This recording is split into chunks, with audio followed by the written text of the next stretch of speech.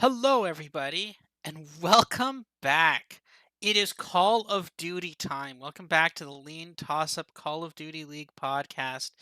We are recording this on Wednesday night. We are just, I think, 48-ish hours away, less than 48 hours away from Call of Duty. It is back, and it is December.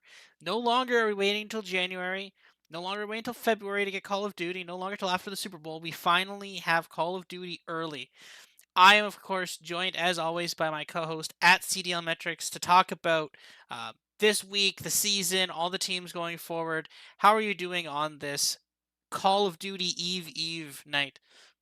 I'm doing well. Honestly, it doesn't even feel like it's arrived yet, but Yeah. it is. Like we're here already. I'm super excited. I think this game is going to be a breath of fresh air compared to Vanguard. It'll look a lot different. It'll feel a lot different. And I think all for the better overall. I do have a list of things to be thankful for as we head into this CDL season. As an ode to Thanksgiving here in America was just last week, and we can get to that here right now or at the end whenever we want to. But I'm optimistic. We'll see how my Minnesota Rocker fare this year. I like their lineup more than what it was last year, but I do worry that they are kind of doing the same thing they do every year, and we can get into them later more in depth. But yeah, obviously super stoked and yeah, ready to just dive in. Yeah, I think we can maybe do your top 10 things to be thankful for, and then we'll kind of, because I think some of them are tied into the game itself, right? I think Oh yeah.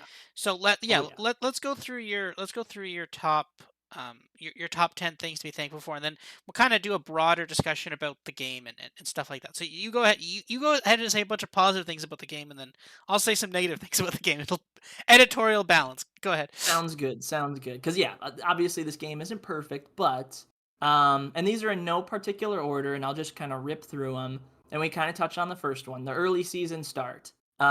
This is much needed, right? We're starting the league in December, not the end of January or early February. We're starting it right, a month after the game comes out, basically, which is great, right? So that's number one. Number two, I have maps with decent layouts. Um, yeah, the I think the map pool in this game is solid. We have 5 hardpoint maps, 5 search maps, 3 control maps, and that is a lot to do with they're decent layouts that the pros can play on. They're not ridiculously big, they're not ridiculously small. The spawns are a little wonky, but they're okay. These maps are solid, at least to start the game. Maybe some DLC maps come in later. We'll see about that. But yeah, full map set. That's my number three. So decent maps themselves, a full map set, because at the start of last year we were doing 4 hardpoints, 4 search and destroys, 2 controls. The veto process was just bad, like with that limited of map pool. So I do like the extra maps that we're getting now. As far as the game itself, no breakable walls. That was introduced in Vanguard. It did add some layer of strategy, I guess, but I don't know. To me, it just made things chaotic. You just blew up all the breakable walls in a room, and the whole thing was open, and it was just chaos, and everyone got put into the blender, a minute into the game when all the walls were broken. So, yeah, get rid of breakable walls. They were interesting, but I don't want them anymore. Trophy systems are back. They weren't in Vanguard because that's not realistic for World War II, but a anime bunny neon costume character skin is or whatever. I don't know what the hell that was. Trophy systems are back, much needed for basically every game mode. So glad to see they're back. Semtex grenades. Sticky grenades were a thing in Vanguard, but they were GA'd the whole year, so we had to go with frag grenades. Again, frag grenades added a layer of strategy, but I do like Semtex grenades a little more. Just, they come out quicker, they explode quicker. It's just a little, it might actually speed up the pace a little more for what is a slower game this year, so that might kind of help balance things out a little bit. Um, then I have 4 more. The next one, 5 attachment limit on guns. As we've all seen the last few years, the gunsmith, you could put like 9 attachments on a gun and just make it ridiculously good. So you had to GA a bunch of stuff. Now it's a little more, scaled back where it's just 5 attachments. Keep it simple. I like it a lot. The slightly nerfed movement in this game, I like it. To me, like the CODs of the past 3 years have been a little ridiculous with how much you can slide and bunny hop and all that stuff. So to see it slowed down a little bit, I like it. I think positioning matters more. There's a little more strategy with that kind of stuff. So now you can't just sprint and jump and slide constantly and look like a maniac on the map. So slightly nerfed movement. No trash teams? Question mark. And we'll get into that a little later, but um, as we know, Paris Legion, now Las Vegas Legion, they might have an okay team. And for the last couple years, they've been trash. So we'll see about that. And then lastly, there's an extra major. So that's cool too. Yeah, I actually agree with all those. A lot of those are actually really important. The no breakable walls is actually so huge. That was especially in Vanguard, especially on Berlin. That wall with like the glass, that was so annoying on the one Oh, bomb site. That was so horrible. frustrating, Horrible. especially on control. Cuz you could just get killed through that wall and you're like I didn't even see the person. But so that's gone now. That's a good thing. Again, 5 hardpoint, 5 search, 3 control maps. That's something to be thankful for. That is a good thing. The maps seem better. I think there might be DLC. The rumor is that basically for year 2 it's going to be some sort of paid DLC where you can get, I'm assuming, some sort of expanded campaign, and then also you get a bunch of classic maps. So that's kind of cool. I think Terminal is in the game or will be in the game soon. I'm not completely sure about that, but some stuff will probably be changed after season 2. I suspect we'll get some maps and some maps will change. But overall, the maps actually do look pretty good. Vanguard's maps were very questionable at times. Um some There were a just couple looked, okay, but like honestly, the breakable walls ruined a lot of them. It's yeah. just like when you can open up the map like that, like it just turns into chaos, and that's what we saw all year. So Yeah, and some of the maps were like some of the parts on some of the maps were super questionable. Like, and some of the parts just looked bad. Like I remember, like if you looked too closely at any real part in Tuscan, you'd be like, "Huh, that's weird. That shouldn't be there." So the maps, I think, just generally do look better this year, and I think that's with better graphical polish and stuff like that. So that's some positive things to be thankful for. So I'll say some negative things about the game now, just for some balance. So yeah, I think a big loss is control as the third game mode. I think some people were really hoping for capture the flag, and some people were also really hoping for potentially a version of uplink that is workable using their current thing, using the current system. I kind of would have wanted that. I think that they basically said, "Oh no, we don't we want to keep it consistent," and I feel like that's a very very simple cop out of them just saying we didn't want to commit developer time to anything else. Um, and maybe they just pulled capture the flag at the last second. Who knows? Maybe we'll see capture the flag. Maybe we'll see something uplink in the second year of this game. Who knows? But that's something that I think a lot of people really hated control. Now, to be fair, these control maps could play better. I don't know, but not the greatest sign from last year. I would say a lot of those were outrageously defensive favored. If you were to win a map on a round on offense, the game was over. I think that's an important thing too, right? Like, sure, okay, if you have a map that's so defensively favored that if you win one round on offense, the game is just functionally over, then that's a problem in balancing. And if people are playing for kills or like on Gavutu, if you lost a tick in the beach point, that could be the game. You could just lose the game because you lost a tick at the B point, right?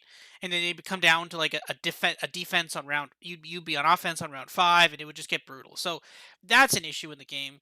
Time to kill is an issue. It seems to be very fast again. We'll have to see how that works. The pros have kind of messed around with increased health. Maybe we can get, like see that at some point. That's an issue, I think. No expansion for the CDL. That's a little. I would want to see that, but that's not really necessarily a thing to be a problem with the game per se. Um, and I'd also kind of say that the format, although not bad is not great. I think for the next 2 weeks, everybody plays 2 games a weekend. I think people are going to very quickly realize that's actually a better format than the 3-4-3 format that we have for the rest of the year. I think people are going to be like, hey, why can't we just everybody play an extra game? So we're gonna have to see. I think there's gonna be some calls for that because honestly, through the regular weekend, we have like 3 games on Friday, 4 on Saturday, and then 3 on Sunday.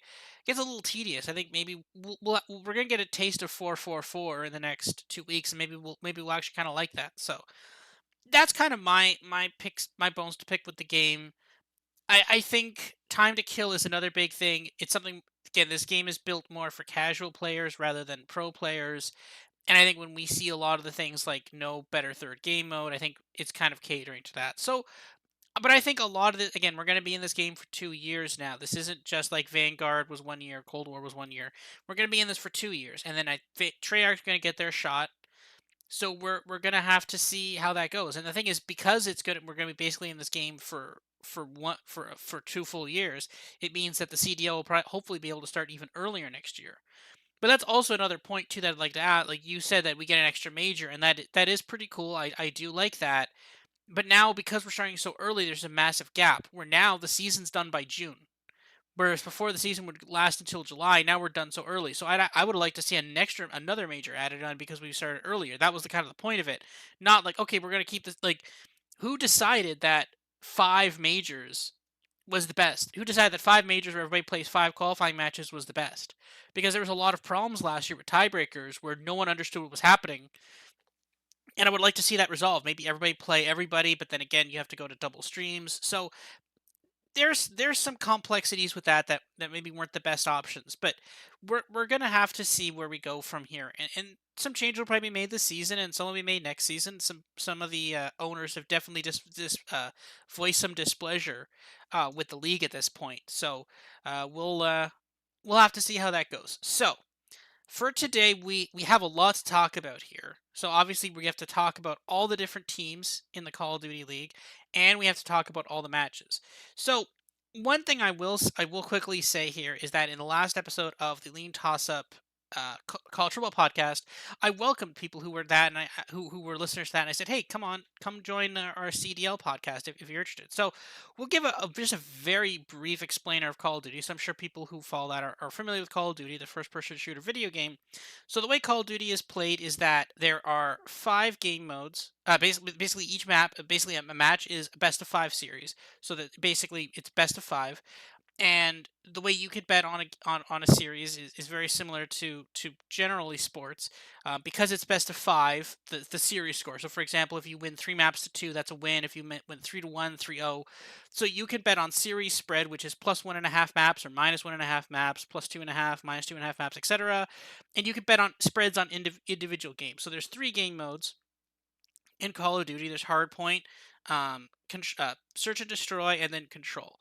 Each of those is slightly different from each other. They have different spreads, but we'll obviously talk about that later. So if you stick around and watch and follow us, we can kind of guide you through it. So let's start with the futures market. So right now there are future markets. If you go on any sports book, you could bet these.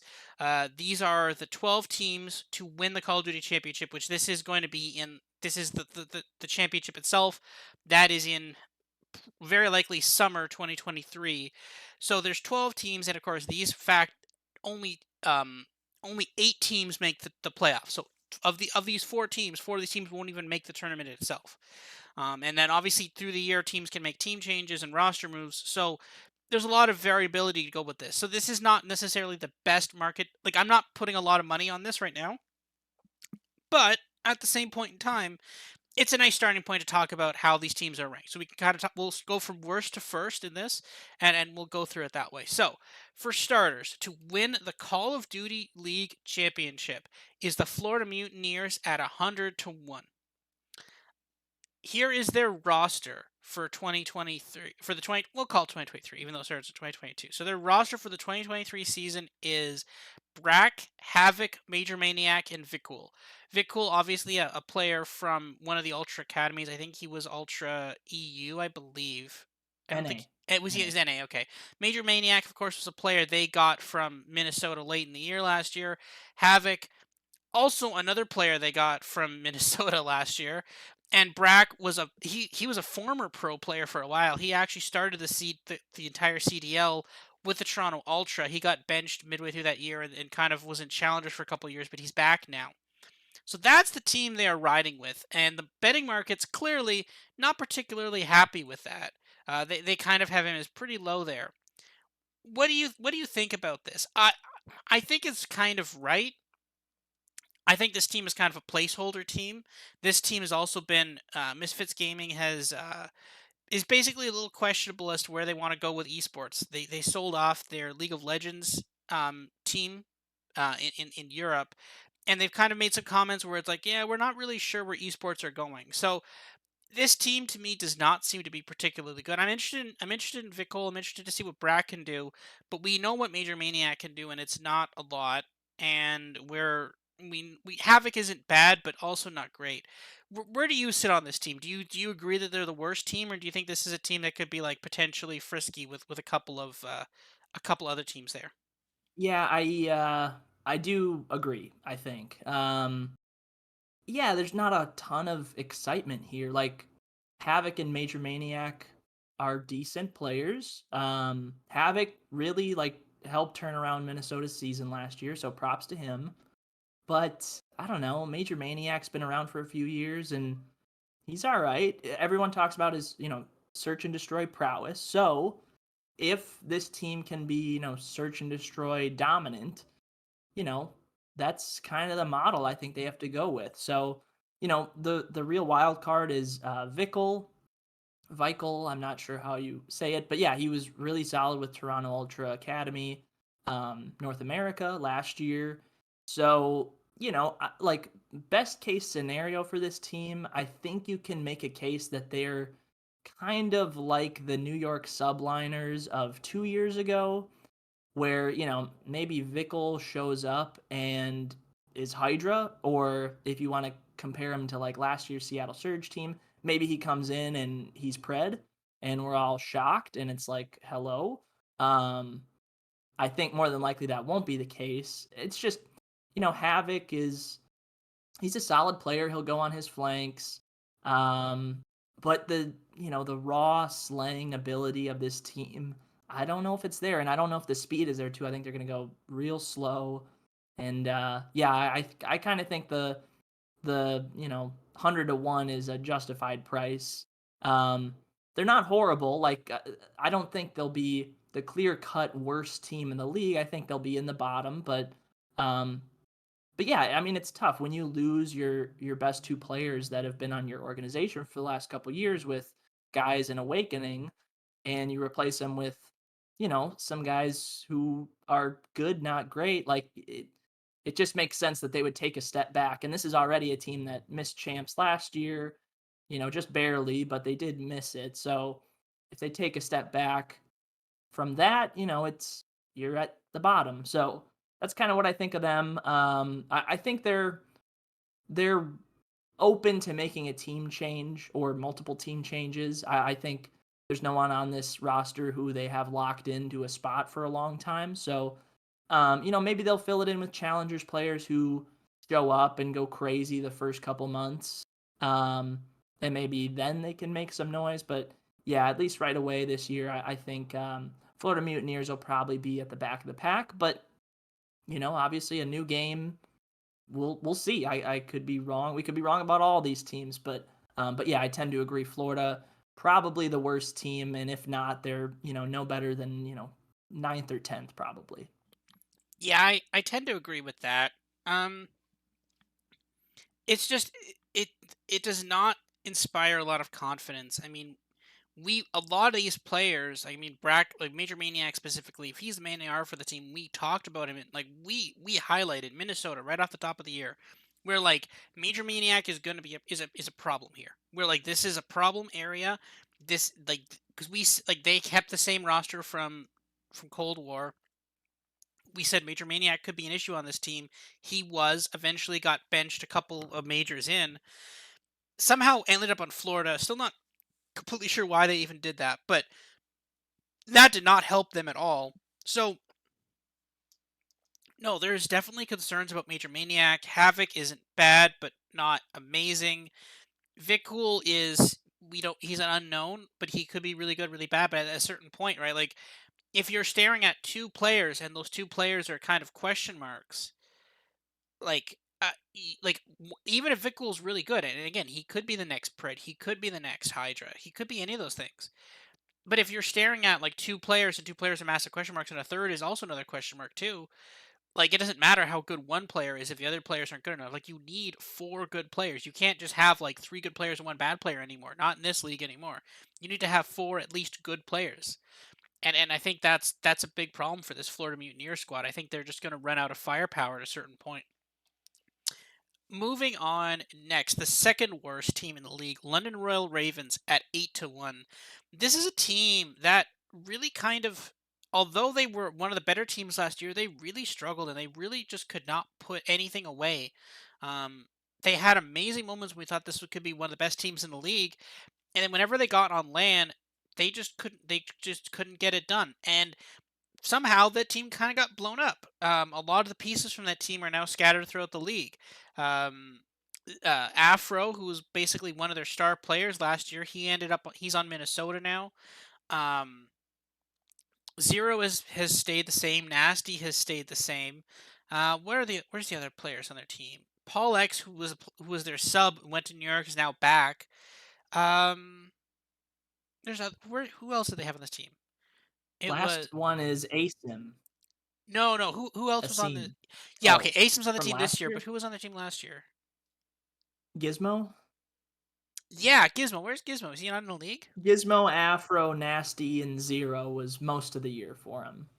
Then they Yeah. brought in Harry, Mhm. and Paul X at one point. Yeah. Is Gizmo not in the league anymore?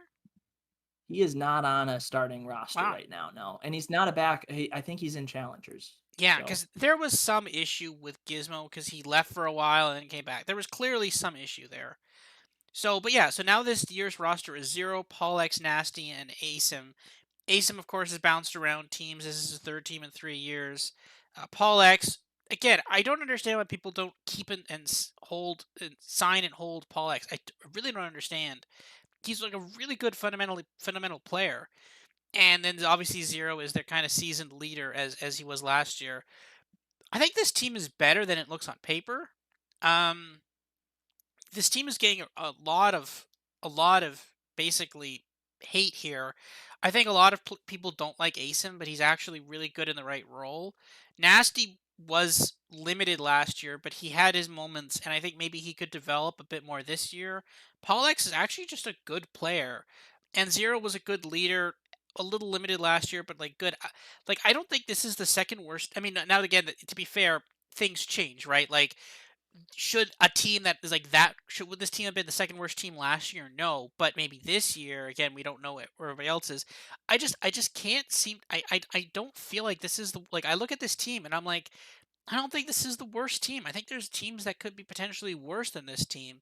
So I'm gonna maybe I'm a little open. I'm open to this team. I want to see what this team can do. What about you? Are you keeping the door open for this London team, or do you think this is? Are you kind of calling it?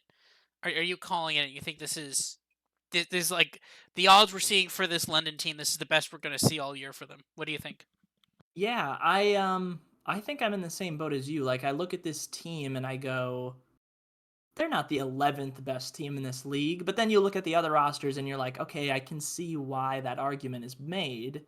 Um for London last year, like I do think people don't realize how good of seasons Afro and Zero had. Now, Zero is still on the team, Afro is not. So you're replacing Afro, who is your, fast SMG, with Asim, who is a good player who's been in the league for years, but he doesn't have that raw slaying ability that Afro has. So that seems like a clear downgrade, Afro to Asim. You replace Gizmo with Paul X, I would consider that a slight upgrade. I think Pollex is a little better in an AR role. He can also play the SMG role if he needs to, but I think Pollex and Zero as your ARs in what should be a more AR heavy game. I don't mind that. And then, Nasty was not great. He was probably the weakest point on the team last year, but maybe a new game will help. I do know he was one of the better pros at, or excuse me, one of the better challenger players at Cold War 2 years ago. And at least my thought going into this game is, Modern Warfare 2 will play more like Cold War than Vanguard.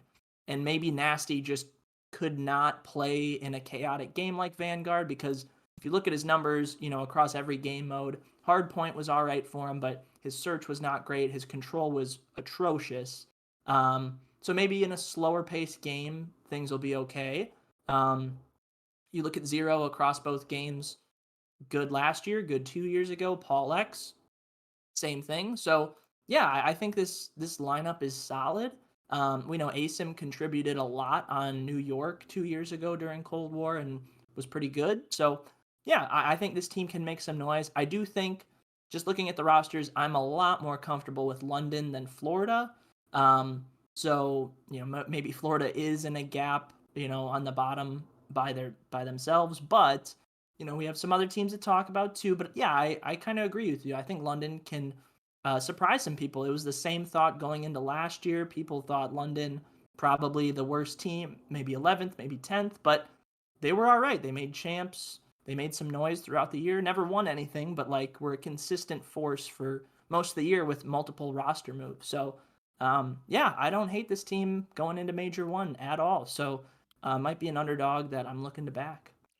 Yeah, and I will say that when you look at markets like this, 80 to 1 and 100 to 1, not a lot of difference between them. Although we're looking at that and we're seeing that's a big difference. Yeah, no, We the implied odds are Mhm. really close, actually. Yeah. That's maybe like a couple points, maybe a couple percentage. So basically, the markets are saying those teams are functionally the same and both terrible. Although when we look at that, we see like, oh, it's 20 extra to 1. But when you get to lower odds like that, it's not really anything.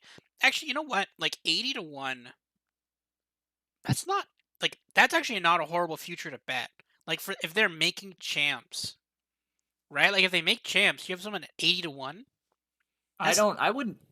The thing with the futures market is we're so far away from it that I don't want to go into it right now. But I am in agreement with you. Like if you're gonna do something, I would say go for a really long shot and just put a sprinkle on it, maybe. Yeah. yeah, I think that's fair. I think they're kind of one of the only ones I'd touch. All right, next up is LAG at 66 to 1. So their roster is remarkably somewhat similar to last year's roster. They functionally did a one for one trade for Arcides for Slasher to Atlanta FaZe. So they have Arcides now. Neptune, Hook, and Spart, which those were the back three that they had for the back half of the season, or last major or so of the season. Which honestly, I kind of like this team at the end of last year. They weren't able to put anything together. They weren't able to get anywhere at the end of last season. Part of that was luck because they just ended up with they ended up with a really tough schedule in the last major. They ended up in a really tough bracket there at the end. I kind of like this team and the markets are really low on them. Like I believe they're favored over the Ravens in week 1, but they're relatively large underdogs to Surge. I liked this team. I'm not going to bet it at 66 to 1 to win champs, but like I think this team could definitely make champs this year and this team could definitely become like potentially be a top whatever team at a major. Like Neptune finally found a good place on this LAG team last year. And he was actually able to start doing things. He wasn't like he really was struggling on subliners and then when they finally got him. Yeah, wait, yeah, Neptune was on this team at the end of last year, right? Yeah. Correct. Yeah, Yep. and he was actually doing things, and him and Hook were really good, and Spart also he basically had an insane run during Major 2. They won the major, but then he finally actually was able to like. Then he kind of had massive regression, but then he was able to actually come back and actually have a good end of the season. So I actually really like this LAG team. This is a team we're going to talk about the game lines later, but this is a team I'm definitely looking to bet, not just this weekend, but potentially in the future. This is a team that I think the market is massively overlooking. I think they could actually be a half decent team here. Yeah.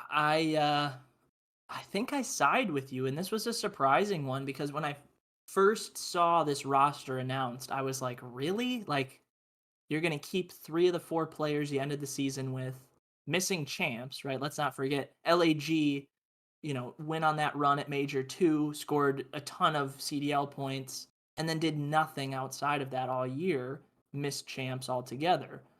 So you keep 3 of those players, you switch out Slasher for Arcities, and Slasher, carried the load for that team throughout the year, even though they weren't winning. Like, he was their lone bright spot.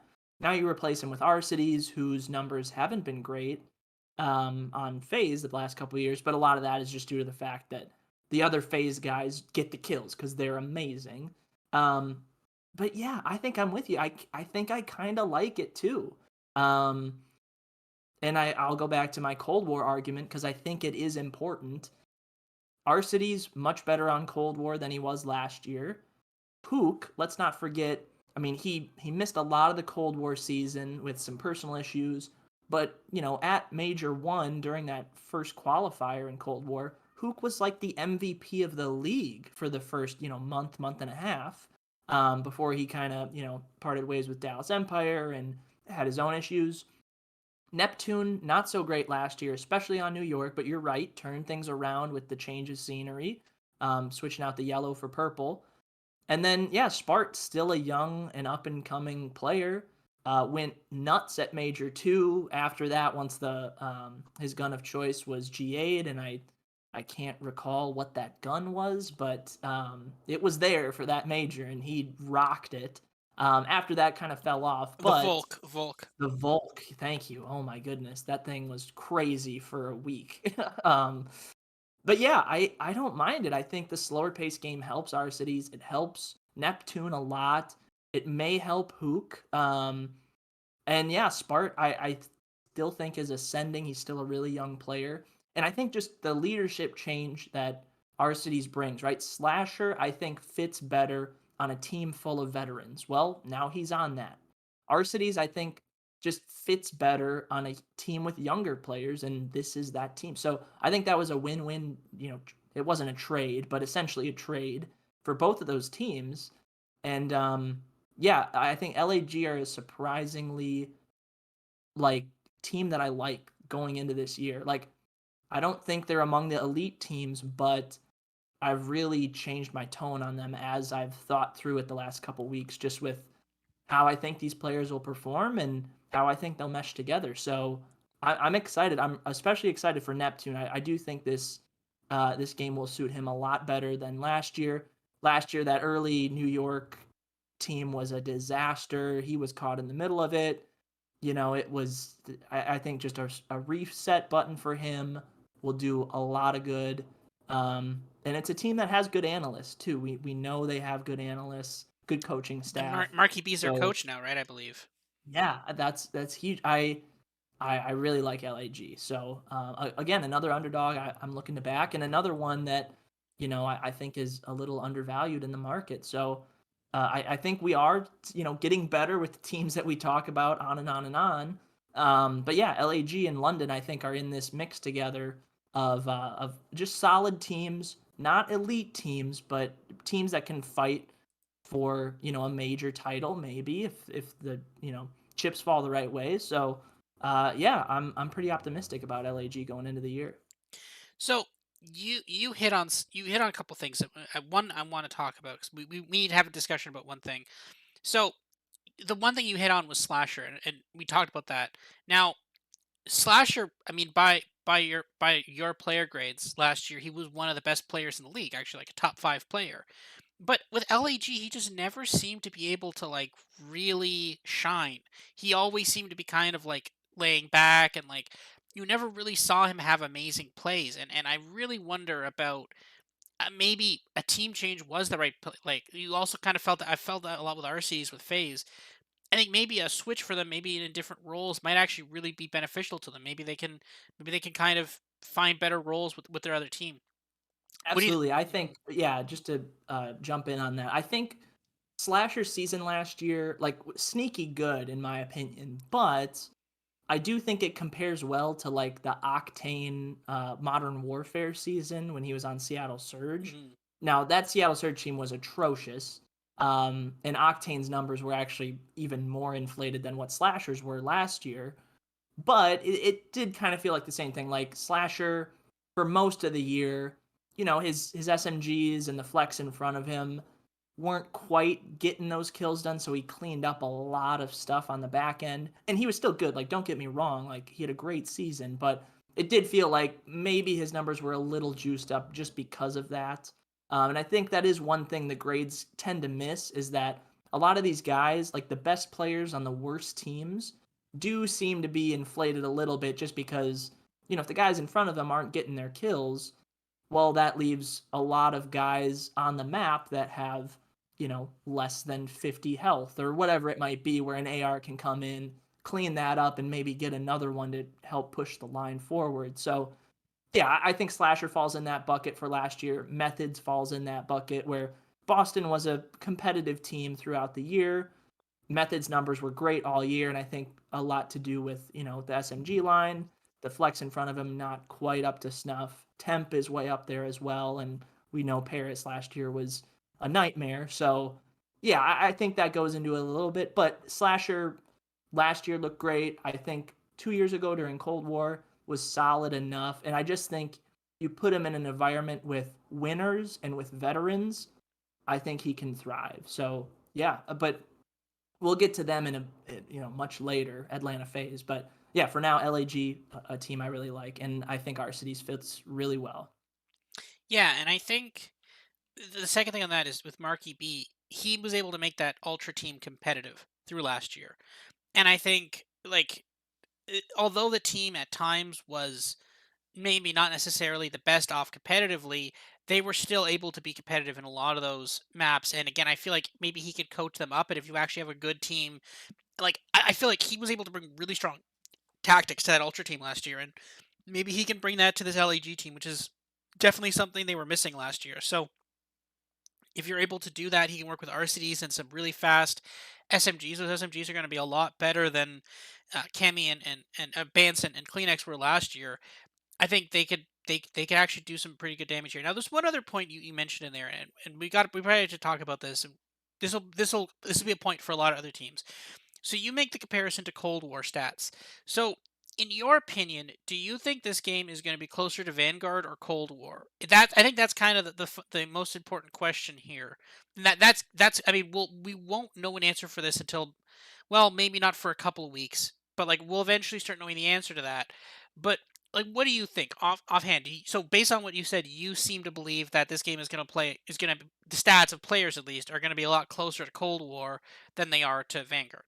Yeah, yeah. I just think the pace of play, like when you're comparing game to game, I think pace of play matters the most. And we know Vanguard was incredibly fast and chaotic, and mixy was a good word to use. And even the maps that we played on in Vanguard were mixed. Like you talk about Bocage, it was a lot of Bocage. Yeah.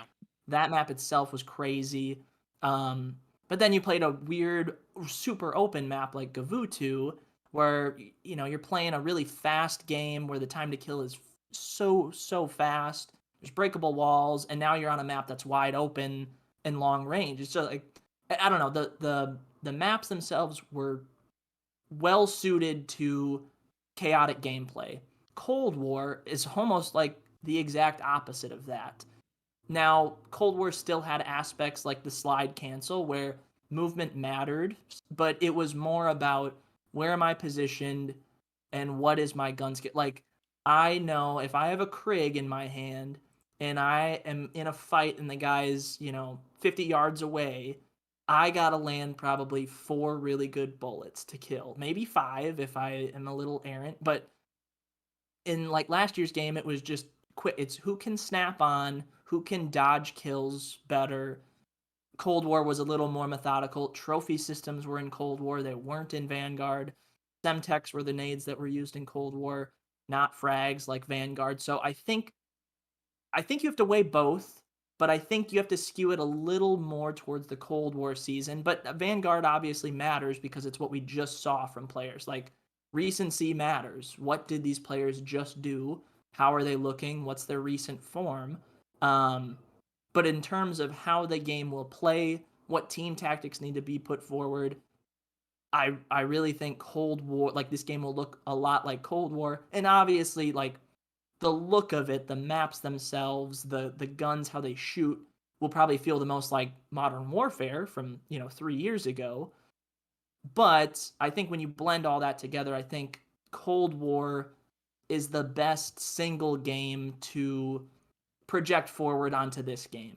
So that's kind of my theory on it. You can have others like, maybe I'm not weighting Vanguard enough or MW enough, but that's my overall theory on it is that the players who are better at playing slow paced, who don't rely on movement so much, who can just square up and win a gunfight, I think those players will do well. And just team tactic wise, whoever's got the best strategies will win, I think, a lot more than just whoever's the best in a random chaotic gunfight where nades are going off everywhere and you got to just dodge everything in sight. So Yeah. that's my theory, but I could be wrong. So that was so you've actually played this game. So you've played. I've not actually bought the game yet, but you have purchased the game and you've played it, Yes. right? Yeah. Okay. Yes. Because I remember. So for Vanguard, I got it and I got it around Christmas time, and I think I started playing it once ranked play came out, and they were. I first came into the game and I was like, I want to play ranked play, and they're like, oh, you can't play ranked play until you're like level 5. I'm like, okay. So I quickly went into because like when you're at that level, I think it was like a double XP weekend too or something, and I'm like, all right, cool, just one map, one of these like one random team deathmatch, I'll get there, right? Or maybe it was a patrol, like I'll just queue up a random free for all mode, whatever. It was a patrol, and it was on the one like it's like a random house. It's looks like kind of like Das House, but like it's like the really chaotic. And like I just got in there and just everything was exploding. There was just mass chaos. I had no idea what was happening. I'd spawn and instantly die from like a dive bomb, like a glide bomb. Like it was absolutely insane. No idea what was happening. Like obviously got level 5 like because the thing is it was so chaotic. I easily got the kills I needed in that map and never had to play that again. Thank God. But so you're saying this is nothing like that then? Because my first, and I'll let you go in a second, but my first interpretation of it basically says, okay, it is the same engine as Vanguard because Cold War was a different engine. This is the Modern Warfare 2019 engine, or at least a slightly updated version of it. It's lower health than it's lower health than Cold War, faster time to kill than Cold War, probably closer to Vanguard time to kill. So I initially weighted those, but again, you've actually played the game. So and this is important for our viewers and for our handicapping of these matches. So in your opinion, so you're saying that it is a slower game, even though there are those things that make it probably closer to Vanguard and Modern Warfare Yeah. 2019, at least genetically. To me, you're right. Like time to kill in Modern Warfare 2, what we're playing now, is close to Vanguard. Like it really feels like you kill guys quick in this game, much quicker than Cold War. Cold War was you got to keep your gun on the guy for it felt like an extra bullet, and once that landed, then the kill came through. I'm not saying there's one that's better or worse. I'm just saying like to me the movement and how your character moves around the map feels a lot more like Cold War. I mean, it really feels unique to every, of the last 3 games, but like you can't really slide cancel anymore. You can't just like slide up, slide up, slide up, and just go all around the map doing that. Your slide is, I feel like it's the same speed, but you really commit to it. Like you slide and you're sliding and then you're crouched for a little. Like it's hard to get up from a slide. So you got to be really careful with that. It makes sense if you're, entering a room, flying around a corner, as opposed to bunny hopping. If you want to slide to change things up, that makes sense. But it's not a mechanic that can be abused like it has been in the last 3 games. Well, Um, that's a but big mechanic. I'll just quickly on that because we've seen it in basically in the Call of Duty League. How many times have we seen like Afro or Capsidal or Pred or someone like slide down a staircase? Like they basically like jump down a staircase, slide like 360 and kill someone with an S like just insane things, and everybody's like, "Oh my god, that play was amazing," but it's like, but you can't defend against that. Like you can't defend against some guy just like 360ing down a staircase on like Berlin or something You can't defend against that. That's not particularly like great. They could do that. That's great. But like that's not particularly skillful in the other player. They're just dead because they had no way to defend against that kind of play. So that is one good thing that that is taken out of the game at least. Yeah, yeah. So there's that. That's a big thing, obviously. So maybe we see more jump shotting around corners. Obviously, that's a thing in every game, but it feels like that'll be more relied upon. Um, and then I think just yeah, pre-aiming, holding a corner, and waiting. There is another new mechanic of the dive, the dolphin dive. It's back, and you actually do get a little bit of a speed boost once you do dive forward with the con that once you dive, your gun doesn't come up right away, right? Like, so there's a little bit of a lag time. So if you're just like, dolphin diving into a hard point that the enemy team is already in, you're very likely to die because you can't just get your gun up right away right after you Hmm. dive. So you have to be a little strategic with that. So the movement is unique, um, based on what we've seen the last 3 years, but to me, it feels the most like Cold War. Obviously, Cold War had, the slide cancel on its own, but that slide felt similar and just the overall speed of how things played out. So that's kind of where I go with it. Time to Kill, it does feel like Vanguard or MW from 3 years ago, but to me, that just matters less, right? Like if my if I'm aiming on the right spot and the guy walks into it, like I that kill should come through even if it's milliseconds. If it takes me a half a millisecond longer on Cold War than it would on this game, like to me that's close enough where it's like okay, you have the advantage in the gunfight if you do get the first bullet in no matter what. It's just you need less bullets to get in. So that's kind of my theory on it.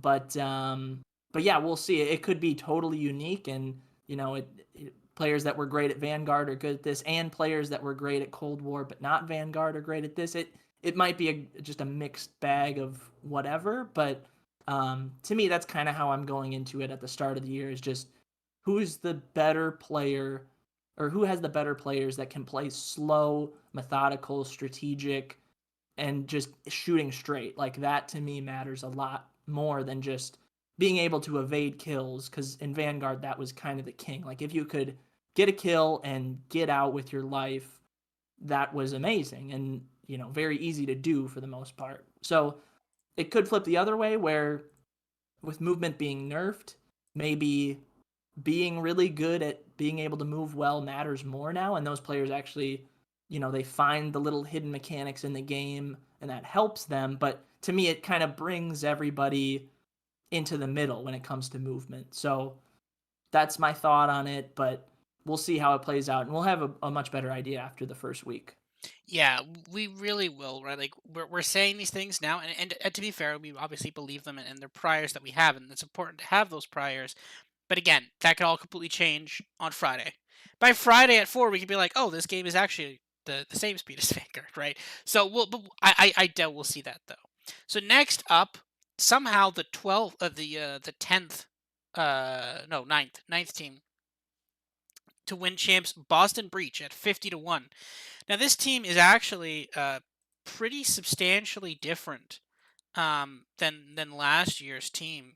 I mean, they kept Methods, Nero, and Vivid, but they did drop TJ, which was a change we've been calling for a long. We'd been calling for them to do that for a while, and they replaced them with Awakening again. They kind of split open Florida like a pinata, a couple teams, and they got Awakening from that, and also Vivid too. But Florida had already dropped Vivid randomly earlier, so Vivid had been on the team. So I mean, 50-1 seems like a really, really high number for a team that's like actually like Boston was never a team that I felt was going to win a major, but like they were all, and we had said that before the season, right?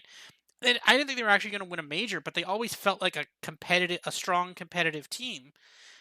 And like 50-1, that's like really, really low. That's kind of up there with like the LAG or the London numbers. Like that just seems really mean to this team. And I mean, again, this team could very easily. I think this team could very easily make champs.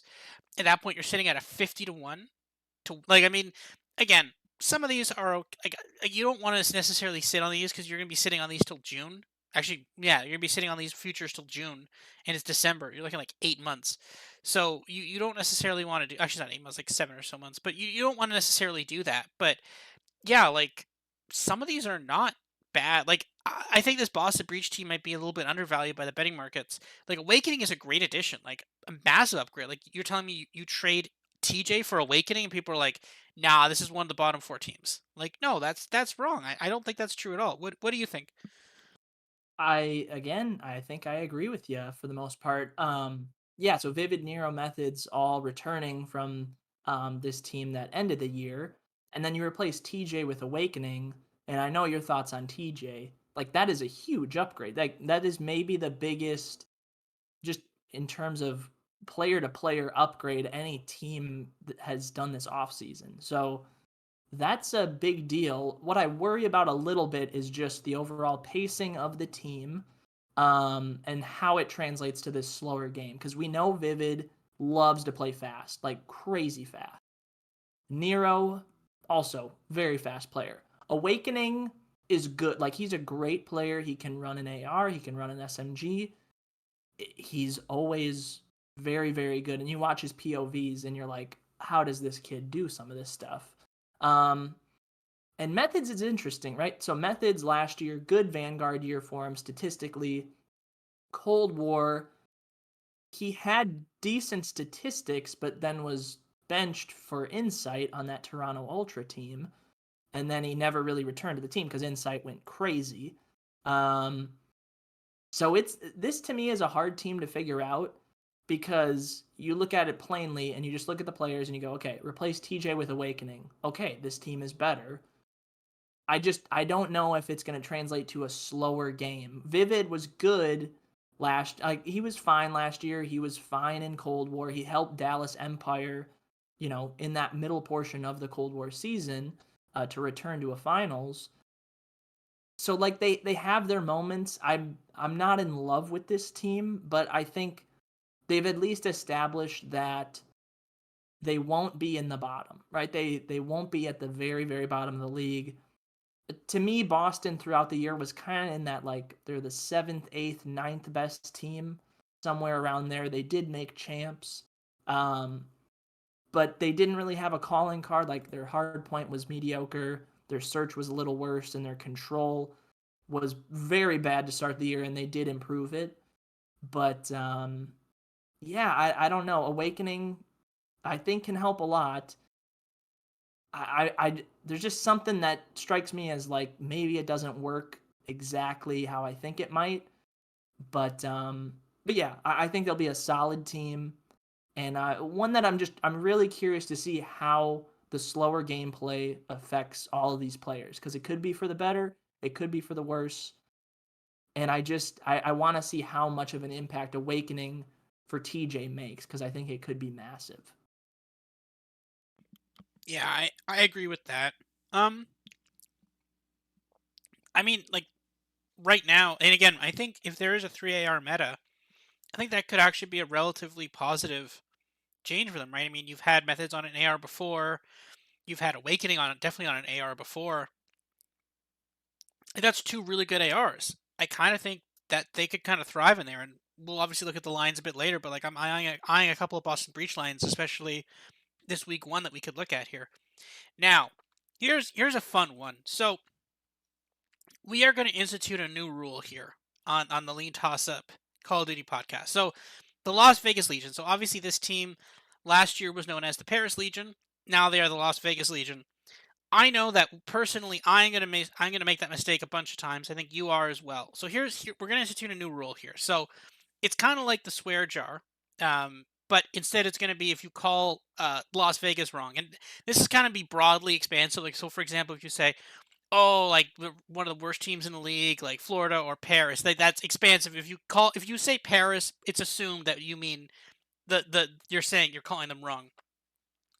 So what's going to happen is every time we call them by the wrong name, we are going to put $5. Now we're going to save it. We're going to keep track of this and save it, and then before each major, we are going to place $5. Like we're going to place however many times, like the amount. So every time we say it wrong, we're going to play $5, increase by $5. So 5, 10, 15. We're gonna place a bet on a Las Vegas Legion market in that. So that could be money line, a spread, map one spread, like a hard point spread, search or destroy spread, control, like any market on them, but it has to be on their first game of the major. And I don't know. Do we want to make it on them or against them? You can make it maybe on them. Do you want to make it so we have to bet on them or bet against them? Maybe on them. I say on. I think that's a Yeah. little more fun. Yeah. Yeah, you have to bet on them in some capacity. Now, again, it doesn't have to be money line. Doesn't have to be. It could be anything. It could be spread. And again, they could be good, right? You could be betting like -1.5 too, right? You could anything you want. That we're gonna leave it open. So the Las Vegas Legion, they are 40 to 1. Now they actually opened at the lowest odds, so there's been some sharp money on this Las Vegas team. No real idea why. Um, so this Las Vegas team is Clayster, Prolute, Temp, and TJ. Now, and I actually struggled with this, so I had to look back. This team, I think, although it's different and a brand new team and completely different from last year's team, I actually think this team is basically the same as last year. Last year, in 2022, the Paris Legion, we can call them Paris here because it was the Paris Legion at that point, they signed a bunch of bench players. They signed Decimate, who had been benched from LAG. They signed Fellow, who had been benched by Dallas Empire, the now defunct Dallas Empire, after they benched Hook. He'd been started, then he got benched in place of Vivid. And then John, who was a player for Los Angeles Thieves. You think he was from that one really, really good West Star team. And then he was on their team for a bit and he got benched. Or maybe he was from a different team. He was from a Challengers team. They brought him in and then he got benched from there. So they literally bought, it was Temp and 3 benched players. And that obviously did not go particularly well. So then, okay, what are they doing this year? Well, now this year it's Clayster, Prolute, Temp, and TJ. Well, Temp is the same. Temp has been basically with them since actually Cold War when they got him from Thieves. But Clayster was benched from Subliners last year. Prolute was Optic's second sub. They originally had General, then they got rid of General, brought Prolute in as their sub. Then they benched him in place of Illy in the final stretch of the season, so he was benched. He was actually pretty good, but he was benched. And TJ, a player from Boston who probably should have been benched, was just not benched until the end of the year. So basically, this team, this Las Vegas Legion, got it right, it's basically they did the exact same strategy as last year. It's the exact same strategy. Now, these players obviously have bigger names. Obviously, Clayster has a much bigger name than Fellow, and TJ has a bigger name than John, and Prolute is new, and that's the thing. But like, just because you're getting different, better named players that were also benched, does like they were benched for a reason. Like, am I crazy here? Like, I mean, these were they took a bunch of bench players in 2022. That didn't work out. They were basically a farm team that basically had to they just were like, okay, let's try out who's good and who's not, and then eventually ended up benching all of them anyways. I think they're just doing the exact same thing again, except that this time it's just aged veterans who were benched. Now, apparently they're somehow not the worst team. People think they're the eighth best team in the league. Some people are actually really hype about them. Some people say they're actually pretty good, especially in the 3AR meta. Maybe once that's gone, things will change. But I don't know. What are your thoughts on this? Like, I think it's kind of crazy that we're talking about this as of them as one of the better teams. But I don't know. Maybe I could be wrong. Like, I just think this is the exact same strategy that they did last year, and apparently somehow people think it's kind of working. Yeah, I mean, I think it is a better team than with what they started with last year. That team was just atrocious, and they made a lot of roster moves right away, which makes sense. I think this team could stick together a little longer, but I think at the end of the day, you're right. Like, I don't know. To me, this team, where's the excitement? Like, Clayster's a great leader, but like, I don't know. He's like 30 years old now. Last year, right, he had all that drama with New York, got benched. 2 years ago, he was with New York. I had him ranked as the 11th best AR in terms of adjusted KD out of 12, so that's not great. Um, I don't know. Like, I don't know. Maybe he's turned things around. Maybe he needed just a change of scenery. Temp had a very good last year, despite being on a very bad team.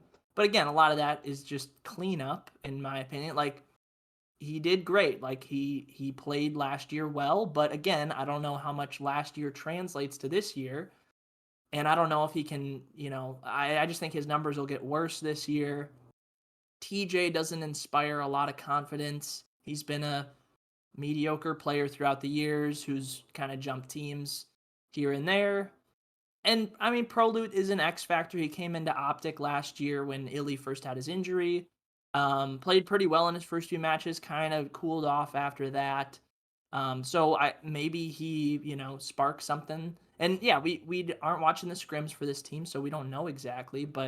Um, but yeah, I don't know. To me, this team just it doesn't inspire a lot of confidence. I think they're closer to Florida than like even London or Boston or any of the other teams we've talked about. Like I I don't know. I'm not seeing scrims, so I don't know. Like maybe they're just surprisingly good. Or they're just good at the early portion of the game. A lot of times we see, there are teams who jump out and are very good early in the year. They figure out the game very quickly and then maybe take a step back as teams kind of catch up to them.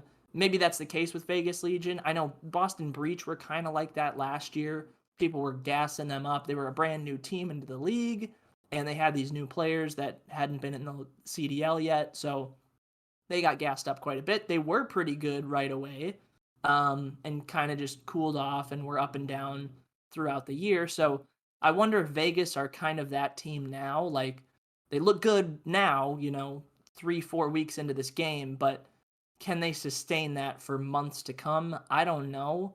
Um, just based on what we've seen from these players the last few years, they've jumped teams, they've been benched. Yeah, I don't love the long term outlook, but I don't know if I'm willing to just, blindly bet against them in the first major because if they are the team that has figured out this game early, then yeah, they probably will win some matches and win a lot of maps. Um, but yeah, I think if they do get off to a hot start, this team to me is just prime for regression if that's the case. Yeah, that's a really good point about regression. We'll have to see what this team does do and that, but like yeah, I could see this team being like good for like the first major and then instantly start tanking. And like people are like, well, why are they so bad? It's like, well, because they were the most veteran, right? They knew, like, again, I think the veterans are the best when a new game comes out, but then you give it a little bit of time, and then all of a sudden people are like, oh, now we understand this game, so now we're just gonna go crush you because we're better at this game than you. Um, Next up, this is a really fascinating team. I don't completely know what to make of this team.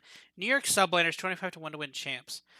So this team, God, what a what a weird up and down 2022 for this team. This team had a lot of promise at the beginning of the year, was just in such bad shapes through the middle of the year. They had massive team chemistry issues with Clayster and Clayster and Crim6. Eventually ended up benching Clayster. Went through a ton of team changes. Basically, the only people who were like half the team was completely different from the start of the year. And then basically in the offseason just kind of blew it up. The only two people who basically survived or remained are Hydra and Kismet. Paul X was on this team. He is now a Raven. Don't know why they didn't re-sign him. They got Skies from the Florida Pinata explosion, and they got Priesta, who was dropped.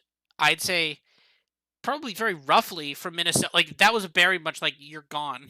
Like I'm actually really kind of surprised Priesta is still on a CDL team. Like I was never particularly taken with people were like, "Oh, Kismet's so good. He's so good. He's so good." Well, he just seemed kind of like an objective player. Like he just soaked up a ton of time in the hard point, which is of course important, but like never was really like, "Oh my god, like Kismet is such an important player on this team." I I'm Skies was good but not great on Florida last year. He was never the best on Florida. Hydra is of course Hydra, but Priesta is very iffy for me. Like that seems like a real stretch of like, okay, he's gonna go back to Cold War form, which like he could, 100% he can. That's not necessarily impossible, but at the same point in time, if you're betting on that, I I'm a little iffy on that. I'm a little worried if that's your main bet. It's like nope, he's definitely gonna get back to Cold War form. So what are your thoughts on that? Do you kind of agree with that sentiment, or like what do you make of this team? Like I really struggle with trying to figure out what this team is and what they're gonna do. Yeah. I don't know. It feels like they're middle of the pack. I don't see like super high ceiling, but I don't see super low floor. I think they're pretty well established. Just they'll be fine.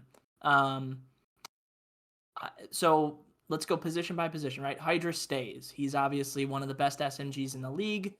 That's great. Kismet stays. He came onto the team, and the team turned things around. So maybe they figured out, he can play with Hydra really well. His numbers aren't great, but a lot of that could just be Hydra is amazing. Um, so yeah, maybe that tandem sticks and it still works in this much less chaotic game. And then the other moves, like, okay, Crim retires, you bring in Skies as main AR. I think that's an upgrade. I know Crim, great leader, right? Maybe the GOAT, but his numbers last year were atrocious. Skies for the last 3 years has been a pretty consistent force at main AR or flex or wherever he's been, usually with an AR in his hand. So I think he can hold down the fort, and I think he can outslay what Crim did last year by a lot. And then the other move, right? Like Paul X came out of the team kind of with Kismet, helped turn things around for him, and you replace him with Priesta, who I don't know, man. I Priesta could be out of the league kind of soon, I think. He obviously was with Minnesota the last couple years and stuck with the team. They never really benched him that much. Um, but his numbers were just never there, and you never really saw maps where you were like, "Whoa, Priesta really took over." Like he just kind of was there. And even going back to like the Modern Warfare game in 2019, 2020, like he was part of that FaZe team that was super good, but he wasn't Celium, he wasn't Simp, he wasn't Abizi. It was him and Major Maniac who were along for the ride. So I don't know. Like it's a mixed bag. I think they could be really good if they make a roster move at some point. Like if this team is performing okay, but there's a clear weakness somewhere, I think they're ready for a roster move. And I think after that, they could be very good. I'm not a huge fan of how this team is constructed right now. Um, but I don't know. Hydra's so good, it might not matter. And Hydra was actually much better in Cold War than he was last year. So that could affect things. Like I mentioned, Skies was pretty good in both. Priesta below average in both. And Kismet, we really didn't see in Cold War. We just know last year in Vanguard he was solid. Um, the fact that we didn't see him in Cold War, though, tends to make me believe, that style of gameplay, that slower gameplay, maybe isn't for him. Um, and same thing, we did see Kismet on Paris Legion, and I can say Paris because that's what they were called in 2019, 2020. He was on the team at the start of the year, looked great. Eventually, I believe he got benched on that team. So, yeah, I don't know. He's one of those players who could maybe kind of, switch into the league and back into challengers, and we'll see if he can stick. But I don't know. I think I'm probably lower than most on New York, but I don't know. I was that way basically all of last year, and they completely proved me wrong towards the end of the year because they just kept on winning. But um, yeah, it's an interesting team setup. A lot of guys from a lot of different teams, and yeah, I don't know. This is one that I'll watch closely just because they could go any which way, but I think at the end of the day they fall somewhere in the middle of the pack. Yeah, it's pretty crazy. Like, I mean, you said they proved you wrong. Well, actually, for most of the year, they proved you right. Like, it was, like I really don't like. It was such a weird up and down year, and I don't know what to make of this team either. I think this team could be either like, I think we both kind of said they could either be like really good or really kind of bad, and I don't really see that middle ground, the middle of like, okay, they're a team that's like consistently making champs. Something like, okay, Hydra and Skies, great, good shot, good job. But Priesta, very iffy, and like Priesta is a very iffy piece on there, and then also uh, Kismet again. Like there was a reason why Kismet wasn't in the league. It wasn't just like a lot of these guys. There's reasons why they weren't in the league. Now again, he did get called up by subliners, but like I don't know. I worry about this team. I think Kismet filled a nice role for the team near the end, but like if you don't have Paul X as your main slaying SMG, like basically a nice complement to Hydra there, do you really have the? Can you really afford to just have some guy go sit in the point, right? Like I don't know. That's a A really good big question. question. That is a Yeah. really good question because like if you have strong if you're strong enough with Hydra and Paul X and Crim Six is able to do enough, then okay, yeah, sure, just get some guy to go sit in the point. He can get a kill and he sucks up a lot of kills in the point as well. But like if you don't have that slang presence on the map, are you really going to be able to do that? So that's a really good question, and we will maybe know the answer to that on um we'll know the answer to that on, let's see when they play. They do not play until Saturday, so we will have to wait until Saturday to get the answer to that. But that will be a fascinating question. Next up, Seattle Surge. Wow, this is an insane line. 9-1 to win champs. Same team as last year. Pred, Mac, Accuracy, Sib.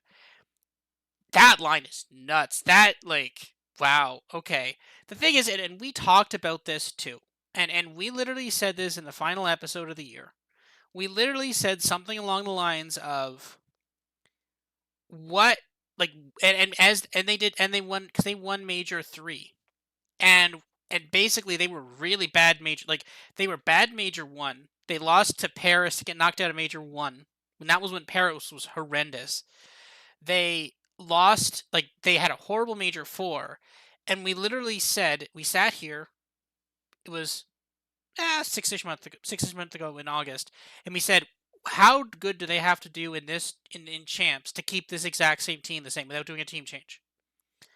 And sure enough, they came third, which was an overperformance, but they did have a pretty easy path with get involving Toronto and a couple of teams that they were relatively easy teams they were able to knock out. And they're like, cool, that's good enough. We're going to keep the team the same as is. So we're going to ride with them. But we talked a lot about the Seattle Surge team. We talked about the limitations of accuracy and of Mac. And like again, this is nothing, no knock against Sib and Pred. 100%. We love both of them. They are great. But the problem is if those two people alone are carrying your entire team. And again, like after we thought Insight and Standy were amazing players after Cold War, and they are still good players in the league. They are still two of the better players in the league. But they did regress a little bit in Vanguard. Now maybe that was regression because of Vanguard's playstyle. Maybe it's because they were just going to regress anyways. Who knows? But like when they were being literally carried by Pred and Sib, I mean, there was a literally a hard point that literally Pred won. There was literally they were down like 15 points in a hard point. It was against FaZe. I think FaZe only needed to, or was it FaZe or Thieves? I can't remember. I think it was FaZe. But they literally needed like 3 points, and Pred won in the point, killed everybody, and repeatedly killed everybody, and then they won the hard point because of that. And again, Mac and Accuracy were literally doing nothing. They were getting killed off in the distance, and Pred just won them the hard point. I think that's that alone that sequence alone completely exemplifies the Surge's season. And if they regress even just a little bit, suddenly this team is a bottom of the pack team. Even though you have amazing performances from Pred and Sib, suddenly this team is now really is not a good team at all. And suddenly this team is almost missing champs. Where are your thoughts on this? Do you agree with? Are you on team regression here that will just doom this team? Like again, if they made upgrades, if they had gotten, I mean, hell, if they had gotten Arcides, right? Like if you replace accuracy for Arcides and maybe you upgrade Mac, like that would have been amazing. But they didn't, and now here this is the team they have. Like, are you concerned about this team, or do you think that this 9-1 price point to win champs is warranted? It's a little steep. This team's tough, right? This is a team that I backed a lot last year. I really liked them all throughout the year, but you're right, the roller coaster was insane. And let's not forget, before their major one loss to Paris, they almost won the kickoff classic. So it was great at kickoff, bad major one, okay at Major 2, win Major 3, not so great at Major 4, and then, yeah, Champs, they, come top 3. So all over the map. So here's the thing I struggle with, right? So I want to start with Mac, right? Because by the numbers, he was the weakest player on their team last year in terms of adjusted KD. He had a 0.94, and he had accuracy on his team too.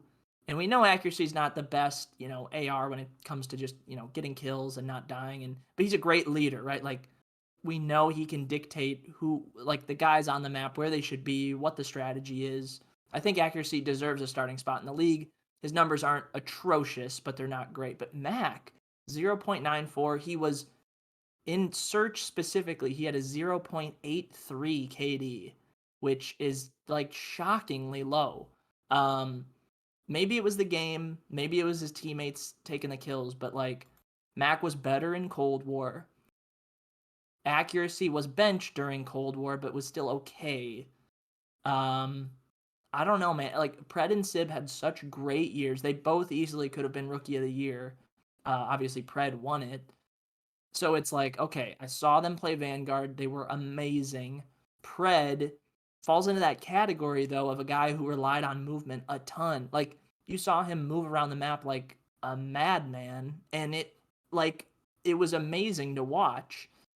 His shot, a little inconsistent at times.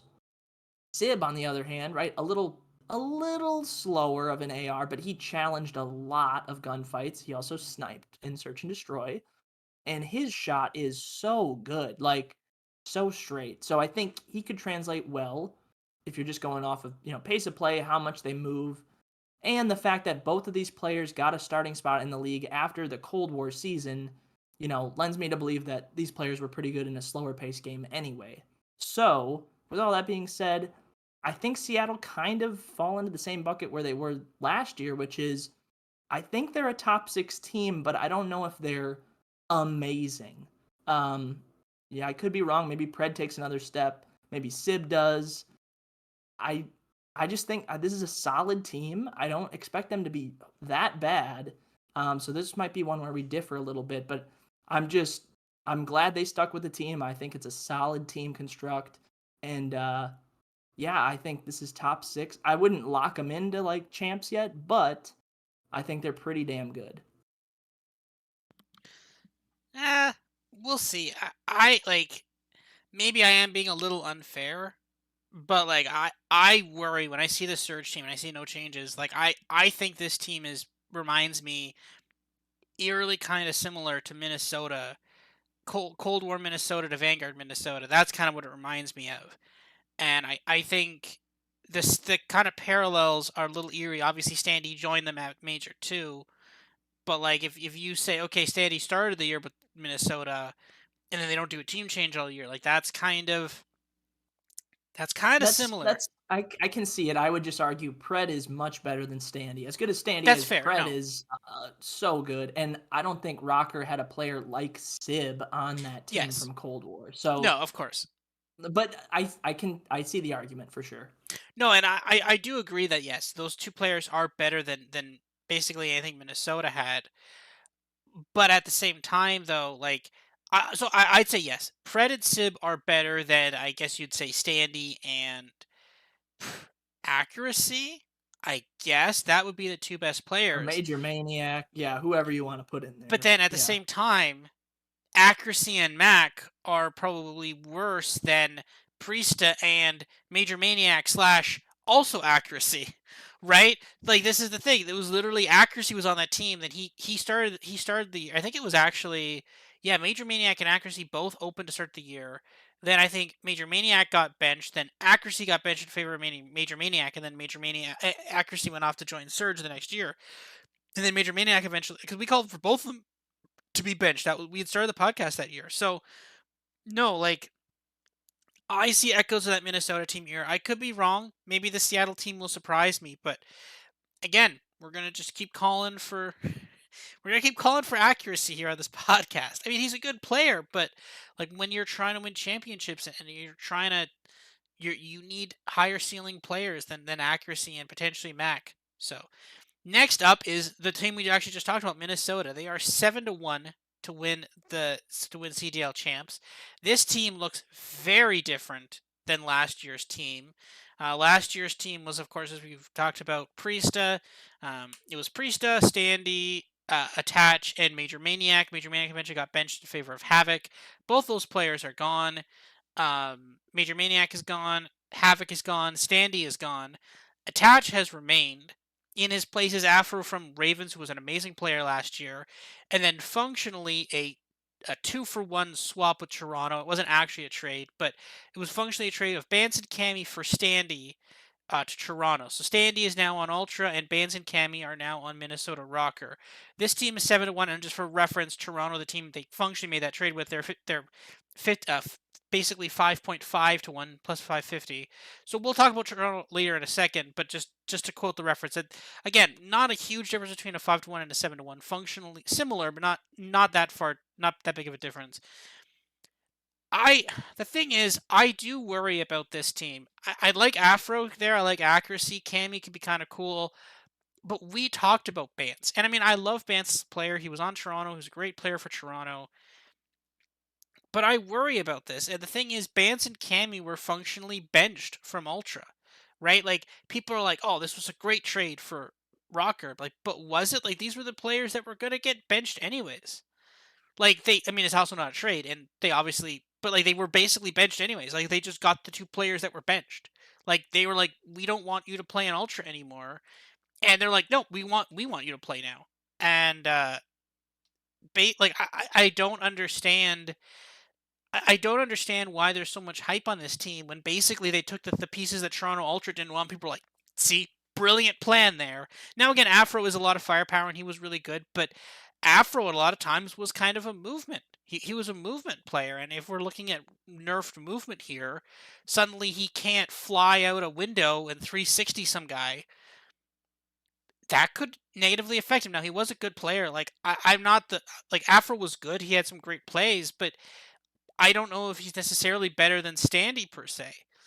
So, like, what are your thoughts on this? Do you kind of agree that maybe there's a bit too much hype? Like, I think it's a decent team. It's probably a team that will make champs, but I don't see a 7-1 team to win champs here. What do you think?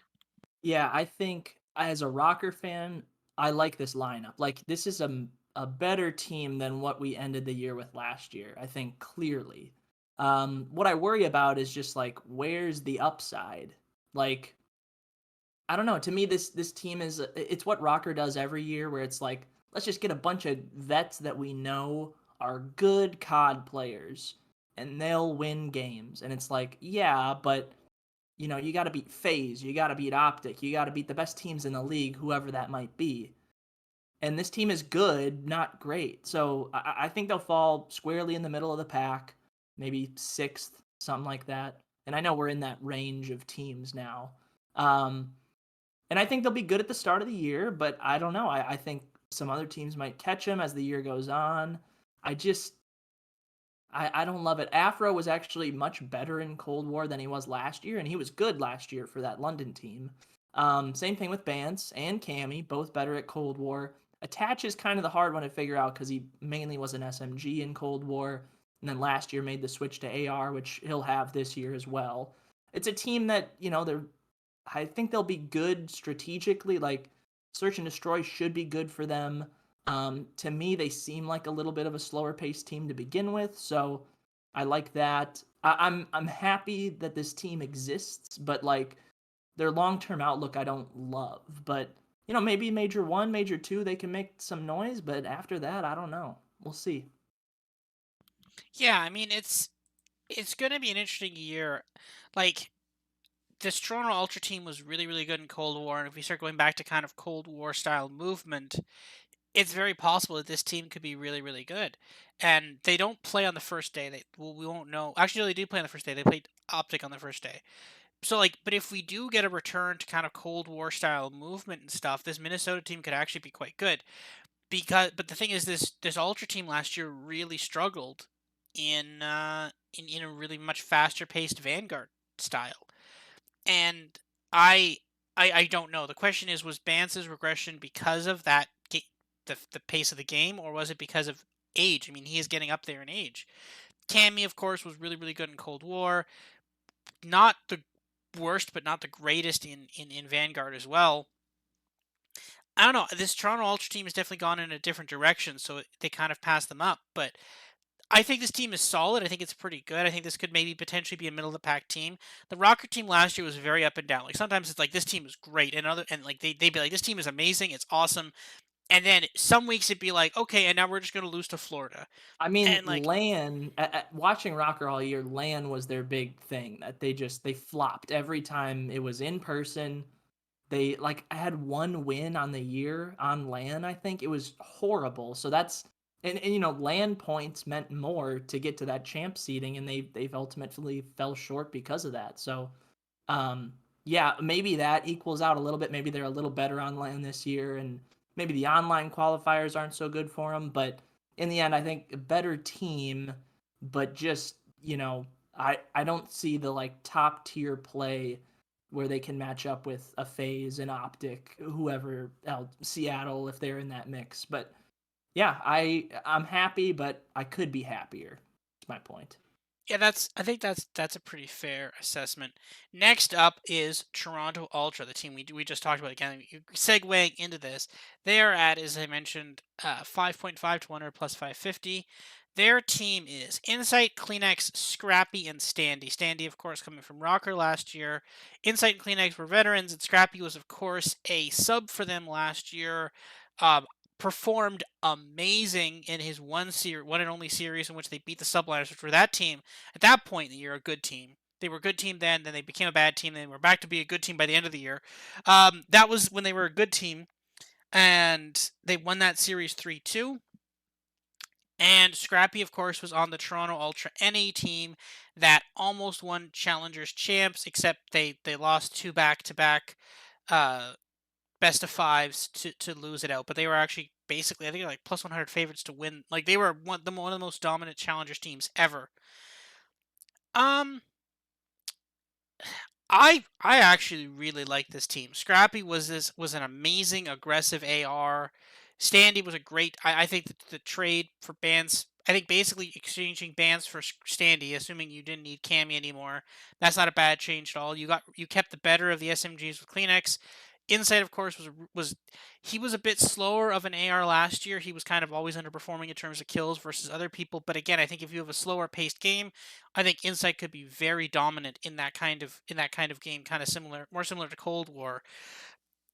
Of all the future bets I'd be willing to make, this is kind of one that I kind of circle and I'm like I think this could be one of the top. Like I think we could be back to kind of a meta where there's like two, like back to kind of a Cold War thing where there's like top two or three top teams, and Ultra could be one of them. And I look at that plus 550 and think, are we gonna like after Major One, like maybe even after a week, am I gonna look back at this and be like, man, I wish I'd grabbed that plus 550 for champs, right? Because you could be looking at a Toronto Ultra team heading to the champs final, right? What are your thoughts on that? Do you agree that maybe this is like that this Ultra team could be very scary this year, or do you think this is a team that is going to kind of look more like last year than the Cold War team? Yeah, I really like this team a lot. And honestly, this might be the best search team we have in the league because you keep the two better players from Ultra at Search and Destroy with Insight and Kleenex. Bance and Cammy were a little better when it came to the respawn mode, so you keep the two anchors of your search team. Granted, Bance was the bomb carrier, so he's gone, so someone will have to fill that role. Um, you bring in Standy, who's been amazing at search the last couple years. I'm looking at his Cold War stats with Rocker. He was the number 3 SMG when it came to S&D KD. That's a lot of letters all at once. Um, Whatever. I'm just trying to make the point. Standy really good at search in Cold War.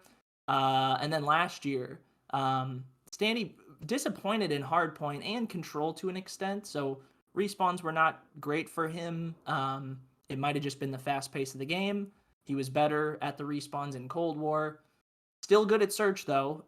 Third among entry SMGs in search KD. So like this team in search might be scary, especially in a game that's a little slower paced. I do wonder, bomb carrier Bance carried the bomb like almost all the time for this team.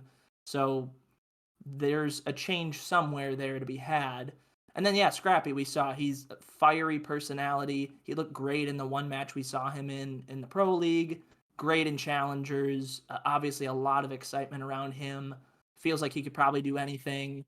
And yeah, I think it's just a more fired up Toronto Ultra team. Like there's a lot of excitement, and understandably so. I really like this team. Hardpoint, I do wonder about a little bit, like, but I think it's like the same formula they had for Cold War. Just be elite at search and destroy, be good at control, and then win your hard point map, like win half your hard points and you should be good to go. And they could actually do more than that with bringing Scrappy in, who feels like can slay with the best of them. Kleenex likes to push the pace. We'll see if the slower game affects him a little bit, but I like Toronto Ultra a lot this year. This will be by far the most excited I've been for them, like in their existence. So yeah, I really like Ultra. I think they're gonna make some noise and could be among the elite teams in the league for sure. Yeah, I think that's very fair. And of all the of all the futures I'd look at, this is I think one of them, and potentially even first seed for Major One. I think this is a team that can beat FaZe. This is a team that, like, there is no team that I would not bet this Ultra team to like. There's not a single team at this exact moment that I would not be like, I think this Ultra team can't beat them. Like, there's not, like, with some of these teams I'm like, I think this team can't beat this team, or this team doesn't have a chance. Like, I think this team could beat any team, at least right now. I could be wrong. They don't play until Saturday though, but for now I'm pretty high on this team. Next up, third favorites for the tournament, LA Thieves plus 450. This team, after winning champs last year, obviously going to run it back again. Octane, Kenny, Envoy, Draza. This team, very up and down last year. The definition of a roller coaster year. Came out swinging, got top four in the initial kickoff tournament, faded a bit. They were really struggling in some of those middle tournaments. Then they turned on they were basically, they were on the doorstep of a team change. Instead, they made a couple of role changes. And and this is the thing, right? The last time you heard us talking here on this podcast, we literally were sitting here and we said, "Do Thieves were 7-1 to win champs?" And we said, "Do not bet on Thieves. Do not bet on Thieves. It is a horrible play. You're throwing your money away. Do not bet on Thieves." And they went on to win the tournament. And even throughout the entire tournament, I'm like, "Yeah, model has Thieves here, but no, I'm taking. I took FaZe. I took FaZe." And this is very similar to me last year for the College Football National Championship last year. My model liked my model at the time liked Georgia, and I said, no, I'm gonna take. I think like Bama had beaten Georgia in the SEC championship game.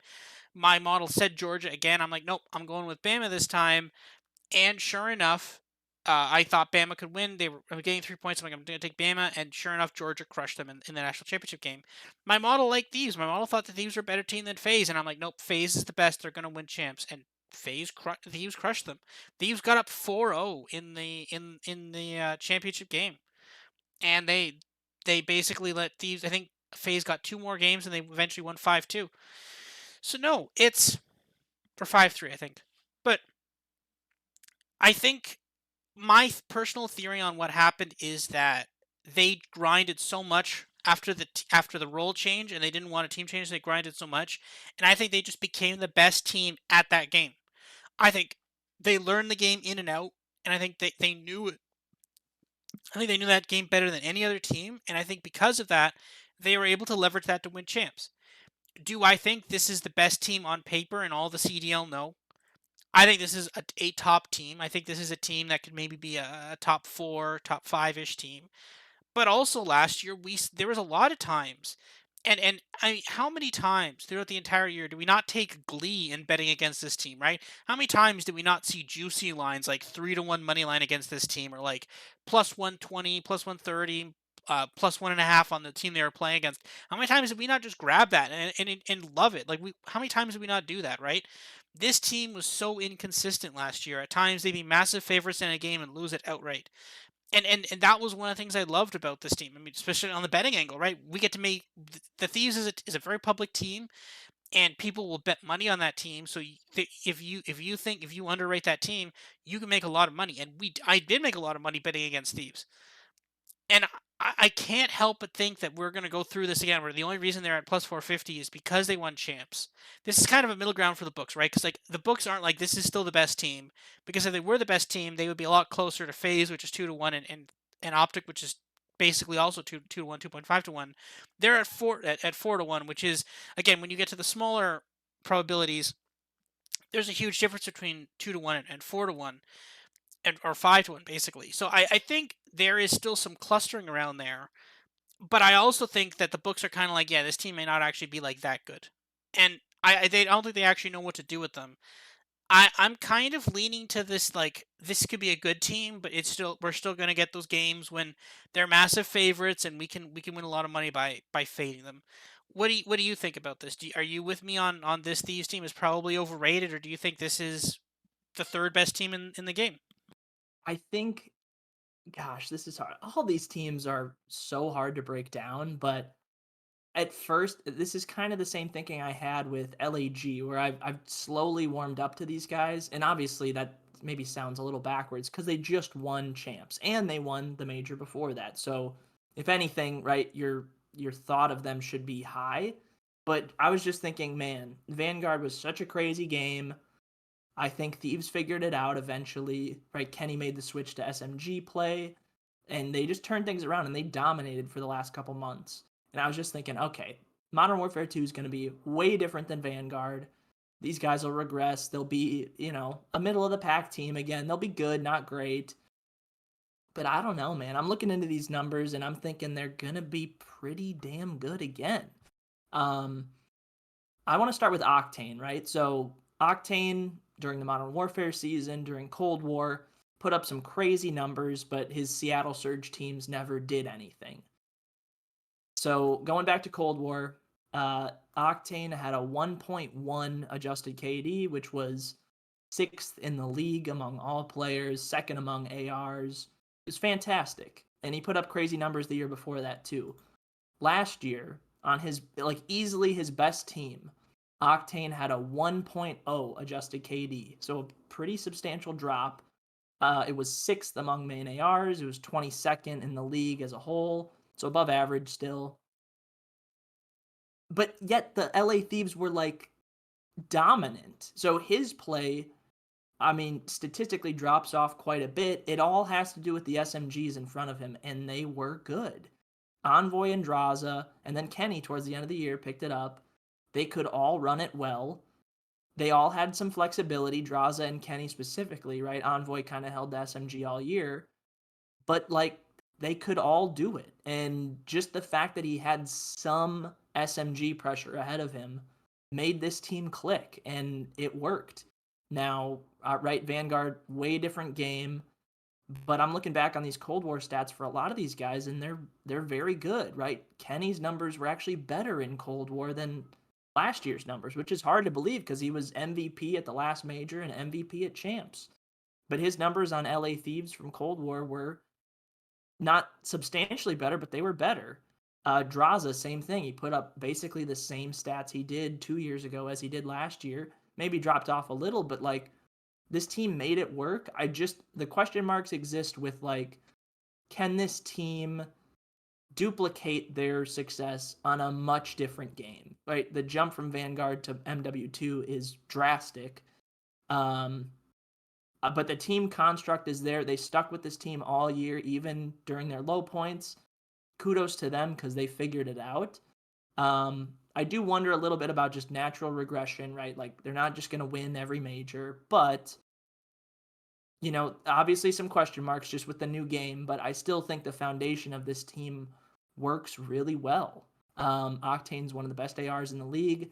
Envoy, I think, is still an underrated SMG player, specifically in Search and Destroy. He's great. Draza, I think, is underrated. He's the last guy you talk about on this team, but he's had an above 1.0 adjusted KD back-to-back years, and that's running an SMG a lot of times, which is not easy. And yeah, Kenny can pop off at any minute. I just think this team has a good mix, and like the team chemistry is clearly there. So it's a team I really like. I can't put them at number one just because I think, the last two events they played were amazing, but they're bound to regress somewhat. Um, but yeah, to me, it's a top six team for sure, maybe a top four team, but I don't know. They could be in for some massive, massive regression if, this game just is too different for them to play. Yeah, I do kind of see that, and that kind of ties into the point I made earlier about that.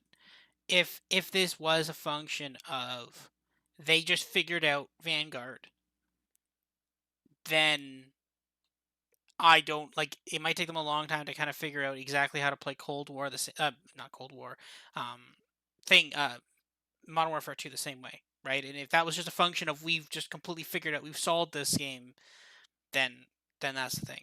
Next up, Optic Texas, plus 2.5, plus 250 to win overall, outright champs.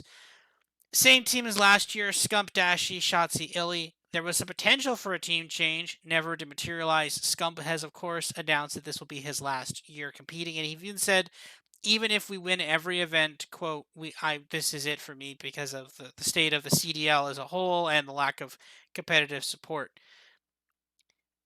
Not a great look for the CDL for that, but again, the thing is, this team is so weird, right? They obviously won the first major last year. That was their first major win ever, basically, excluding, of course. Well, I mean, you can basically count the Chicago Huntsman ones, but those were not those were not majors. Those were weird kind of event things that were all online. So I don't count those. But those are their first kind of major win, and then they never really got close again. They looked like one of the most dominant teams in the game after that major during that major one, and then they just never got there. They'd always kind of choke, not necessarily in like the finals or anything, but they'd always choke in like the one of the final winners rounds, and then find their way into the losers bracket, and then they get close to the end, but then they'd always get caught up. They never really make it to a Sunday. I like I don't know what to make of this team. A lot of people are putting money on this Optic team because it's Scumps last year and all that stuff. I don't think there's value at plus 250. I think maybe there could be value at that on them in the future, but like this team started really slow last year. Like, do you remember this team was 0-2. They lost to a London team that people thought was horrendous, and they also lost to a Minnesota team that people thought was horrendous too.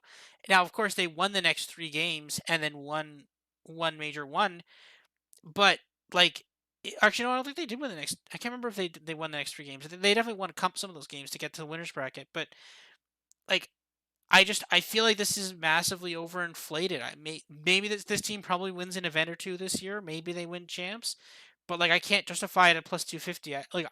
I'd rather take the chance that they don't win the first major and then fall off and then come back, and like if they don't win the first major, then some other thing moves, and then maybe you can get Optic at like plus six, at like 6 to 1 or something to win champs, and I think that's probably the better option. But what do you think about this kind of this team's long term success here? Do you think this is the second best team in the game, or do you think they could be kind of in for a rude awakening here after the first major here? Yeah, I think they're still good. I do think some players will regress and some players will improve. And it'll ultimately just even out in the end. So Shotzi, let me talk about him first, right? Movement nerfed. You got to think Shotzi probably won't have as good of a year as he did last year or in his MVP year on Modern Warfare. Looking back in his Cold War numbers, he was still very good. Obviously, he's Shotzi, but not elite. So I do think the slower movement maybe nerf Shotzi's ability to just kind of finesse around the map. On the flip side, though, Scump had a great year in Cold War. Was one of the best search and destroy players in the game on Optic Chicago at that time. Last year, Scump good, not great. He had a 1.0 adjusted KD. Search and Destroy was actually his worst game mode. And Search and Destroy last year was weird, right? No trophies. They're coordinated frag grenades to kill. It's breakable walls. It was a weird Search year, so I think Scump bounces back in Search. I think maybe Shotzi takes a step back. Dashy, great both years. He was amazing last year, obviously, and Vanguard was the MVP runner up, but still very good in Cold War on a slightly slower game. He really stepped up his search last year, so again, maybe with the flukiness of that, that takes a step back. And then Illy, right? He's always kind of the wild card. The last couple years haven't been great, but on a slower game, I like Illy a little more than I think on a just crazy fast, chaotic game like Vanguard was. So maybe he improves a little bit too. With all that being said, right, I think Optic are firmly in the top six. I think they're pretty confidently in the top four, maybe top three. Um, and they have a case to be the best team in the game. You're right, they did struggle down the stretch, but I think Illy's injury affected that quite a bit. And at the end of the day, it's a team I trust. Maybe not as much as FaZe, but I still really, really like this team. I do too. I agree with that sentiment, but I just I really do worry about um I do kind of worry about this team. Like I think I think we could I think we like they could be the best team and we could see Scump winning champs and I think that would in many ways be a fitting end. But I just don't know. Like we're looking at Toronto in there as well. Like like on paper right now, you have to bet um say Toronto versus Optic. Who do you like Toronto versus Optic? Who do you take? You get Toronto at let's say plus 200. Who are you taking? If it's that high, I think I'd lean Toronto. Toronto's tricky, right? Because I like their long term outlook more than their early season outlook. So I think depending on when that game is, it does matter. If it happens right away, which maybe they do play each other, let me see. It looks like they don't play in the qualifiers, but yeah, if it's plus 200 with Toronto, I think they're talented enough. And I think their search and destroy could be that good where they can take anybody out if their hard point or control is even somewhat on point. Um, but yeah, Optic is still, I would say, a better team than Toronto Ultra.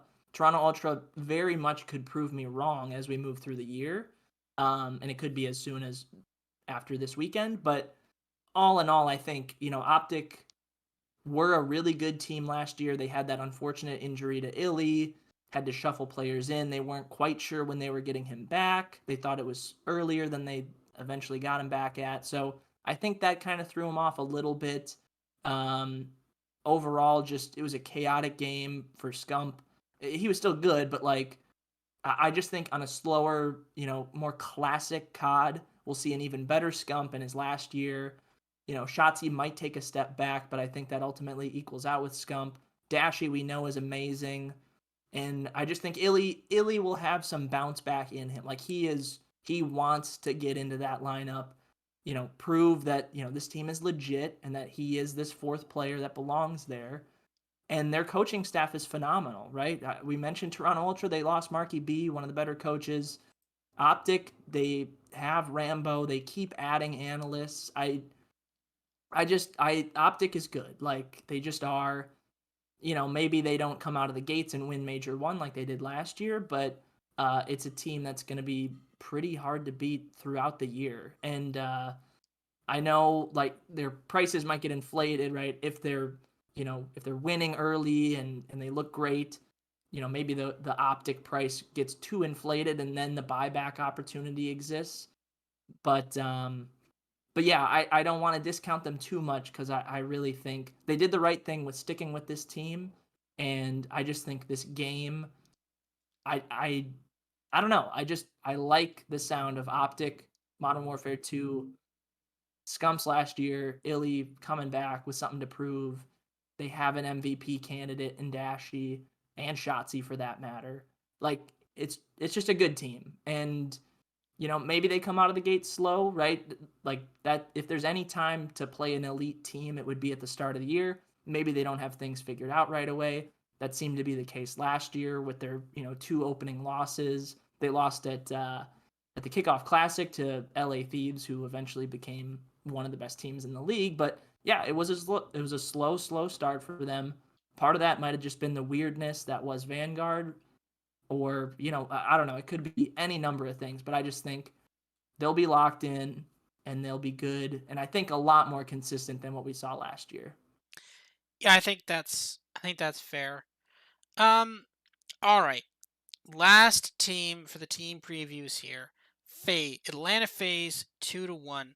This team has done a little bit of a change here functionally, as the trade we mentioned before was functionally RCDs for Slasher from LAG. Outside of that, it's the same team.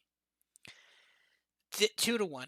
This was a team that has made basically the last champs fine. Like they basically have made champs the last 2 years. One Cold War, didn't win last year. They were in the finals for Major One. They were in the finals for I think they made a couple other major. Yeah, they made the finals for Major Two. Um, I did they make the finals for Major Three? I think Yes, they they did. lost to Surge. Yep, Yep. and then they did not make the finals for Major Four. I don't think. Ooh, Um, who what I'm blanking on. Major 4 was Thieves Subliners. yes, it was. Yes, because that's what Okay. subliners needed to get there. But So otherwise, Major 1 through 3 was Phase lost to Optic, Phase lost to Gorillas, Phase lost to Surge, right? yeah, Okay. yeah. So again, this is, and again, people talk about this team, and that's the reason why they're 2-1 is because they continue to find ways to win. I am iffy, though. I'm not completely sold that this is the best team. Like, there was issues on this team, especially near the end of the year. Abizi was an issue. Selling, of course, MVP and still one of the best players in the league. Like, they probably should have won a major or two, but it's kind of insane that this team didn't win a major last year. But like again, if Abizi takes another step back, if Simp regresses a little bit, if Celium regresses a little bit, like Slasher on paper was one of the best players last year. And now that being said, though, and as we mentioned before, it's possible he was getting a lot of easy kills on the map because of other players being injured. So like obviously if other players if LEG other players were injuring, like basically they were losing gunfights, but they were leaving like the players at like 10 health, Slash would come in, clean it up, and get a lot of extra free kills. So that's a piece to it. And so his numbers could be a little bit inflated, but I still just don't. I'm a little iffy on this team. Like Slasher was never a great fit for LAG. Could he be a much better fit for FaZe? Sure. Is he? I don't know. I honestly don't know. And especially in a 3 AR meta, as we're experiencing, like I think they could be ripe for some upsets, especially in the first major. Like we could maybe see some of the dominance of this FaZe team kind of subside here. What do you think about this? Do you kind of agree that maybe this FaZe team could, like, maybe we could finally see a toppling of FaZe here, or do you think that this is again one of the best teams in the league and that we're crazy uh for do you think we're kind of crazy for trying to underestimate this team here? Yeah, I the switch from Arcities to Slasher, maybe it like I mentioned earlier, I think it's good for both parties, right? I think it's good for FaZe, I think it's good for Gorillas. I think you pair Slasher with proven winners and he's a happy guy, right? If he can take a back seat, if he doesn't have to lead and, control the AR line and have the best KD on the team, just it's less stress for him. He can take the Arcides role. He's just as good of a shooter, if not better, in my opinion, than Arcides.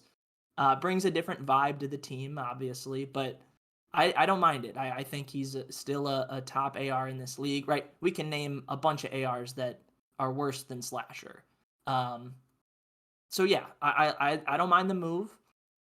And just going back to Cold War, I know I keep doing it, but like let's not forget FaZe and Cold War were just ridiculous. Like at the end of the year, in my opinion, I had them as the number one hardpoint team, the number two search team, but that was super close with them and Toronto Ultra, and the number one control team by a mile. They had the number one KDs on hardpoint, search, and control, number one adjusted KDs in the league. Um, Player by player, Simp had the best adjusted KD out of anybody. Celium was third in the league. Abizi was fifth. And even Arcides, like we talked about, like he took a back seat that year. 15th in the league in adjusted KD. So they were so good that year. And again, I just think this game translates well to that game. So I'm back in on phase. And again, just we we talk a lot about regression, right? When it in terms of like negative regression with a lot of these teams.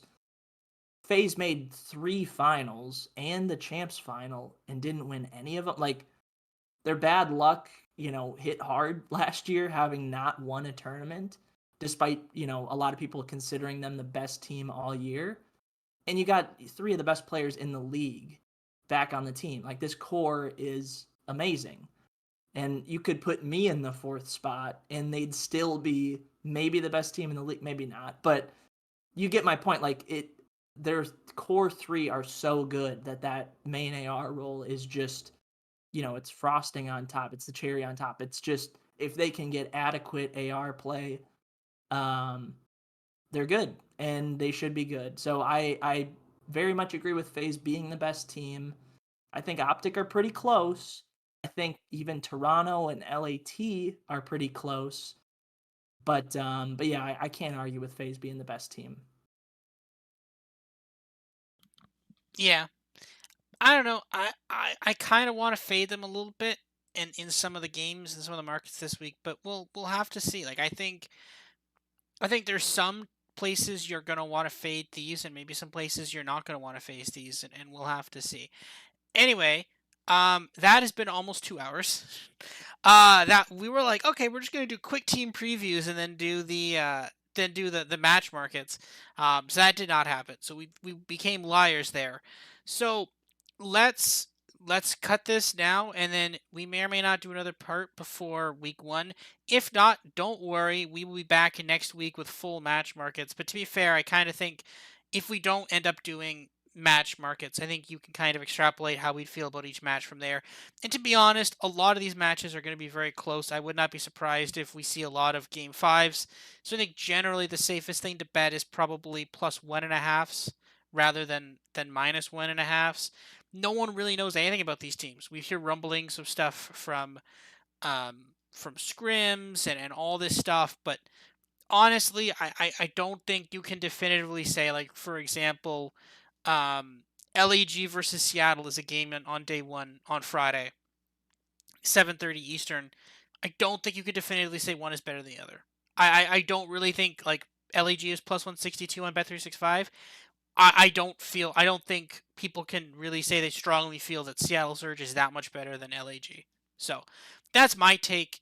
Do you have any other kind of general betting advice for this first Yeah. weekend? What do you Yeah, think? yeah. Yeah, in general, right, early season, underdogs are just much more appealing to me, at least. I don't mind the straight out money lines because one thing that's I would be careful with the plus 1.5s, minus 1.5s is right, map sets might not matter, right? Like if the better hardpoint team shows up, they'll take both hardpoint. Like I don't know if there's any data to back that up, but at least in my thinking, right, of like if this team is clearly better at hardpoint, specifically hardpoint, than this other team, it very likely it could end in 4 maps or less. So I don't know. If you're gonna back a dog, I like money line more than like a plus 1.5. So that might be one area where we differ. But yeah, in general, just go with the teams that you like the long term outlook of. Or if you don't, if you think maybe this team is veteran heavy, they might be better at the start of the year.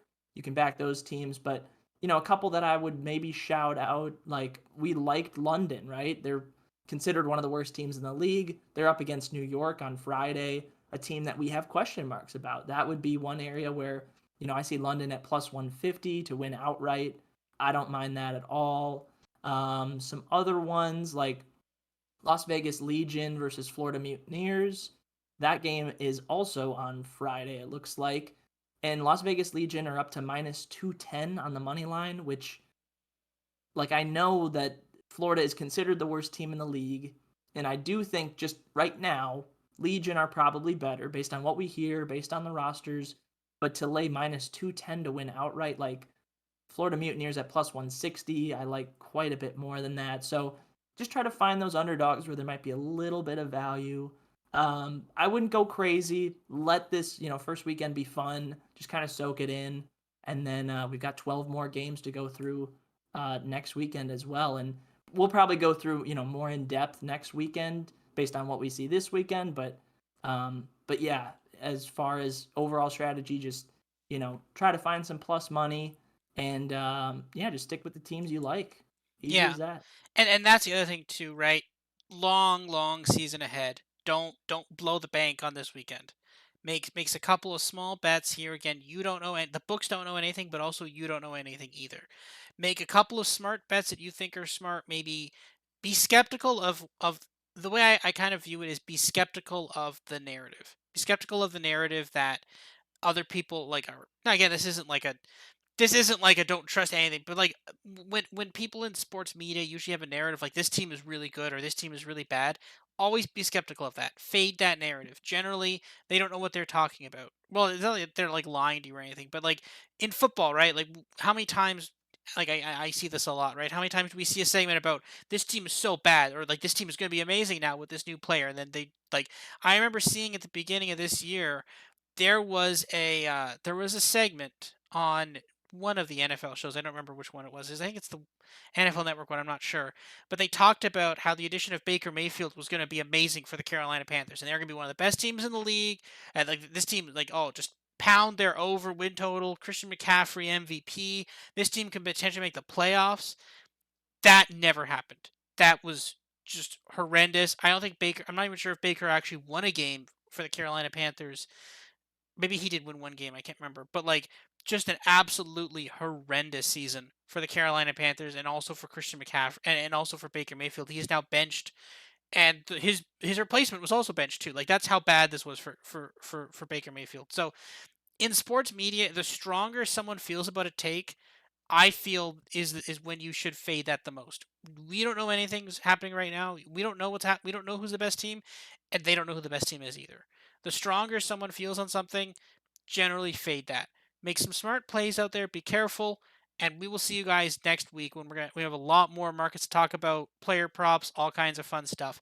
See you guys next week, and honestly, just enjoy COD. It's back a lot faster than before, and honestly, I'm pretty excited for this one. So, yeah, see you then.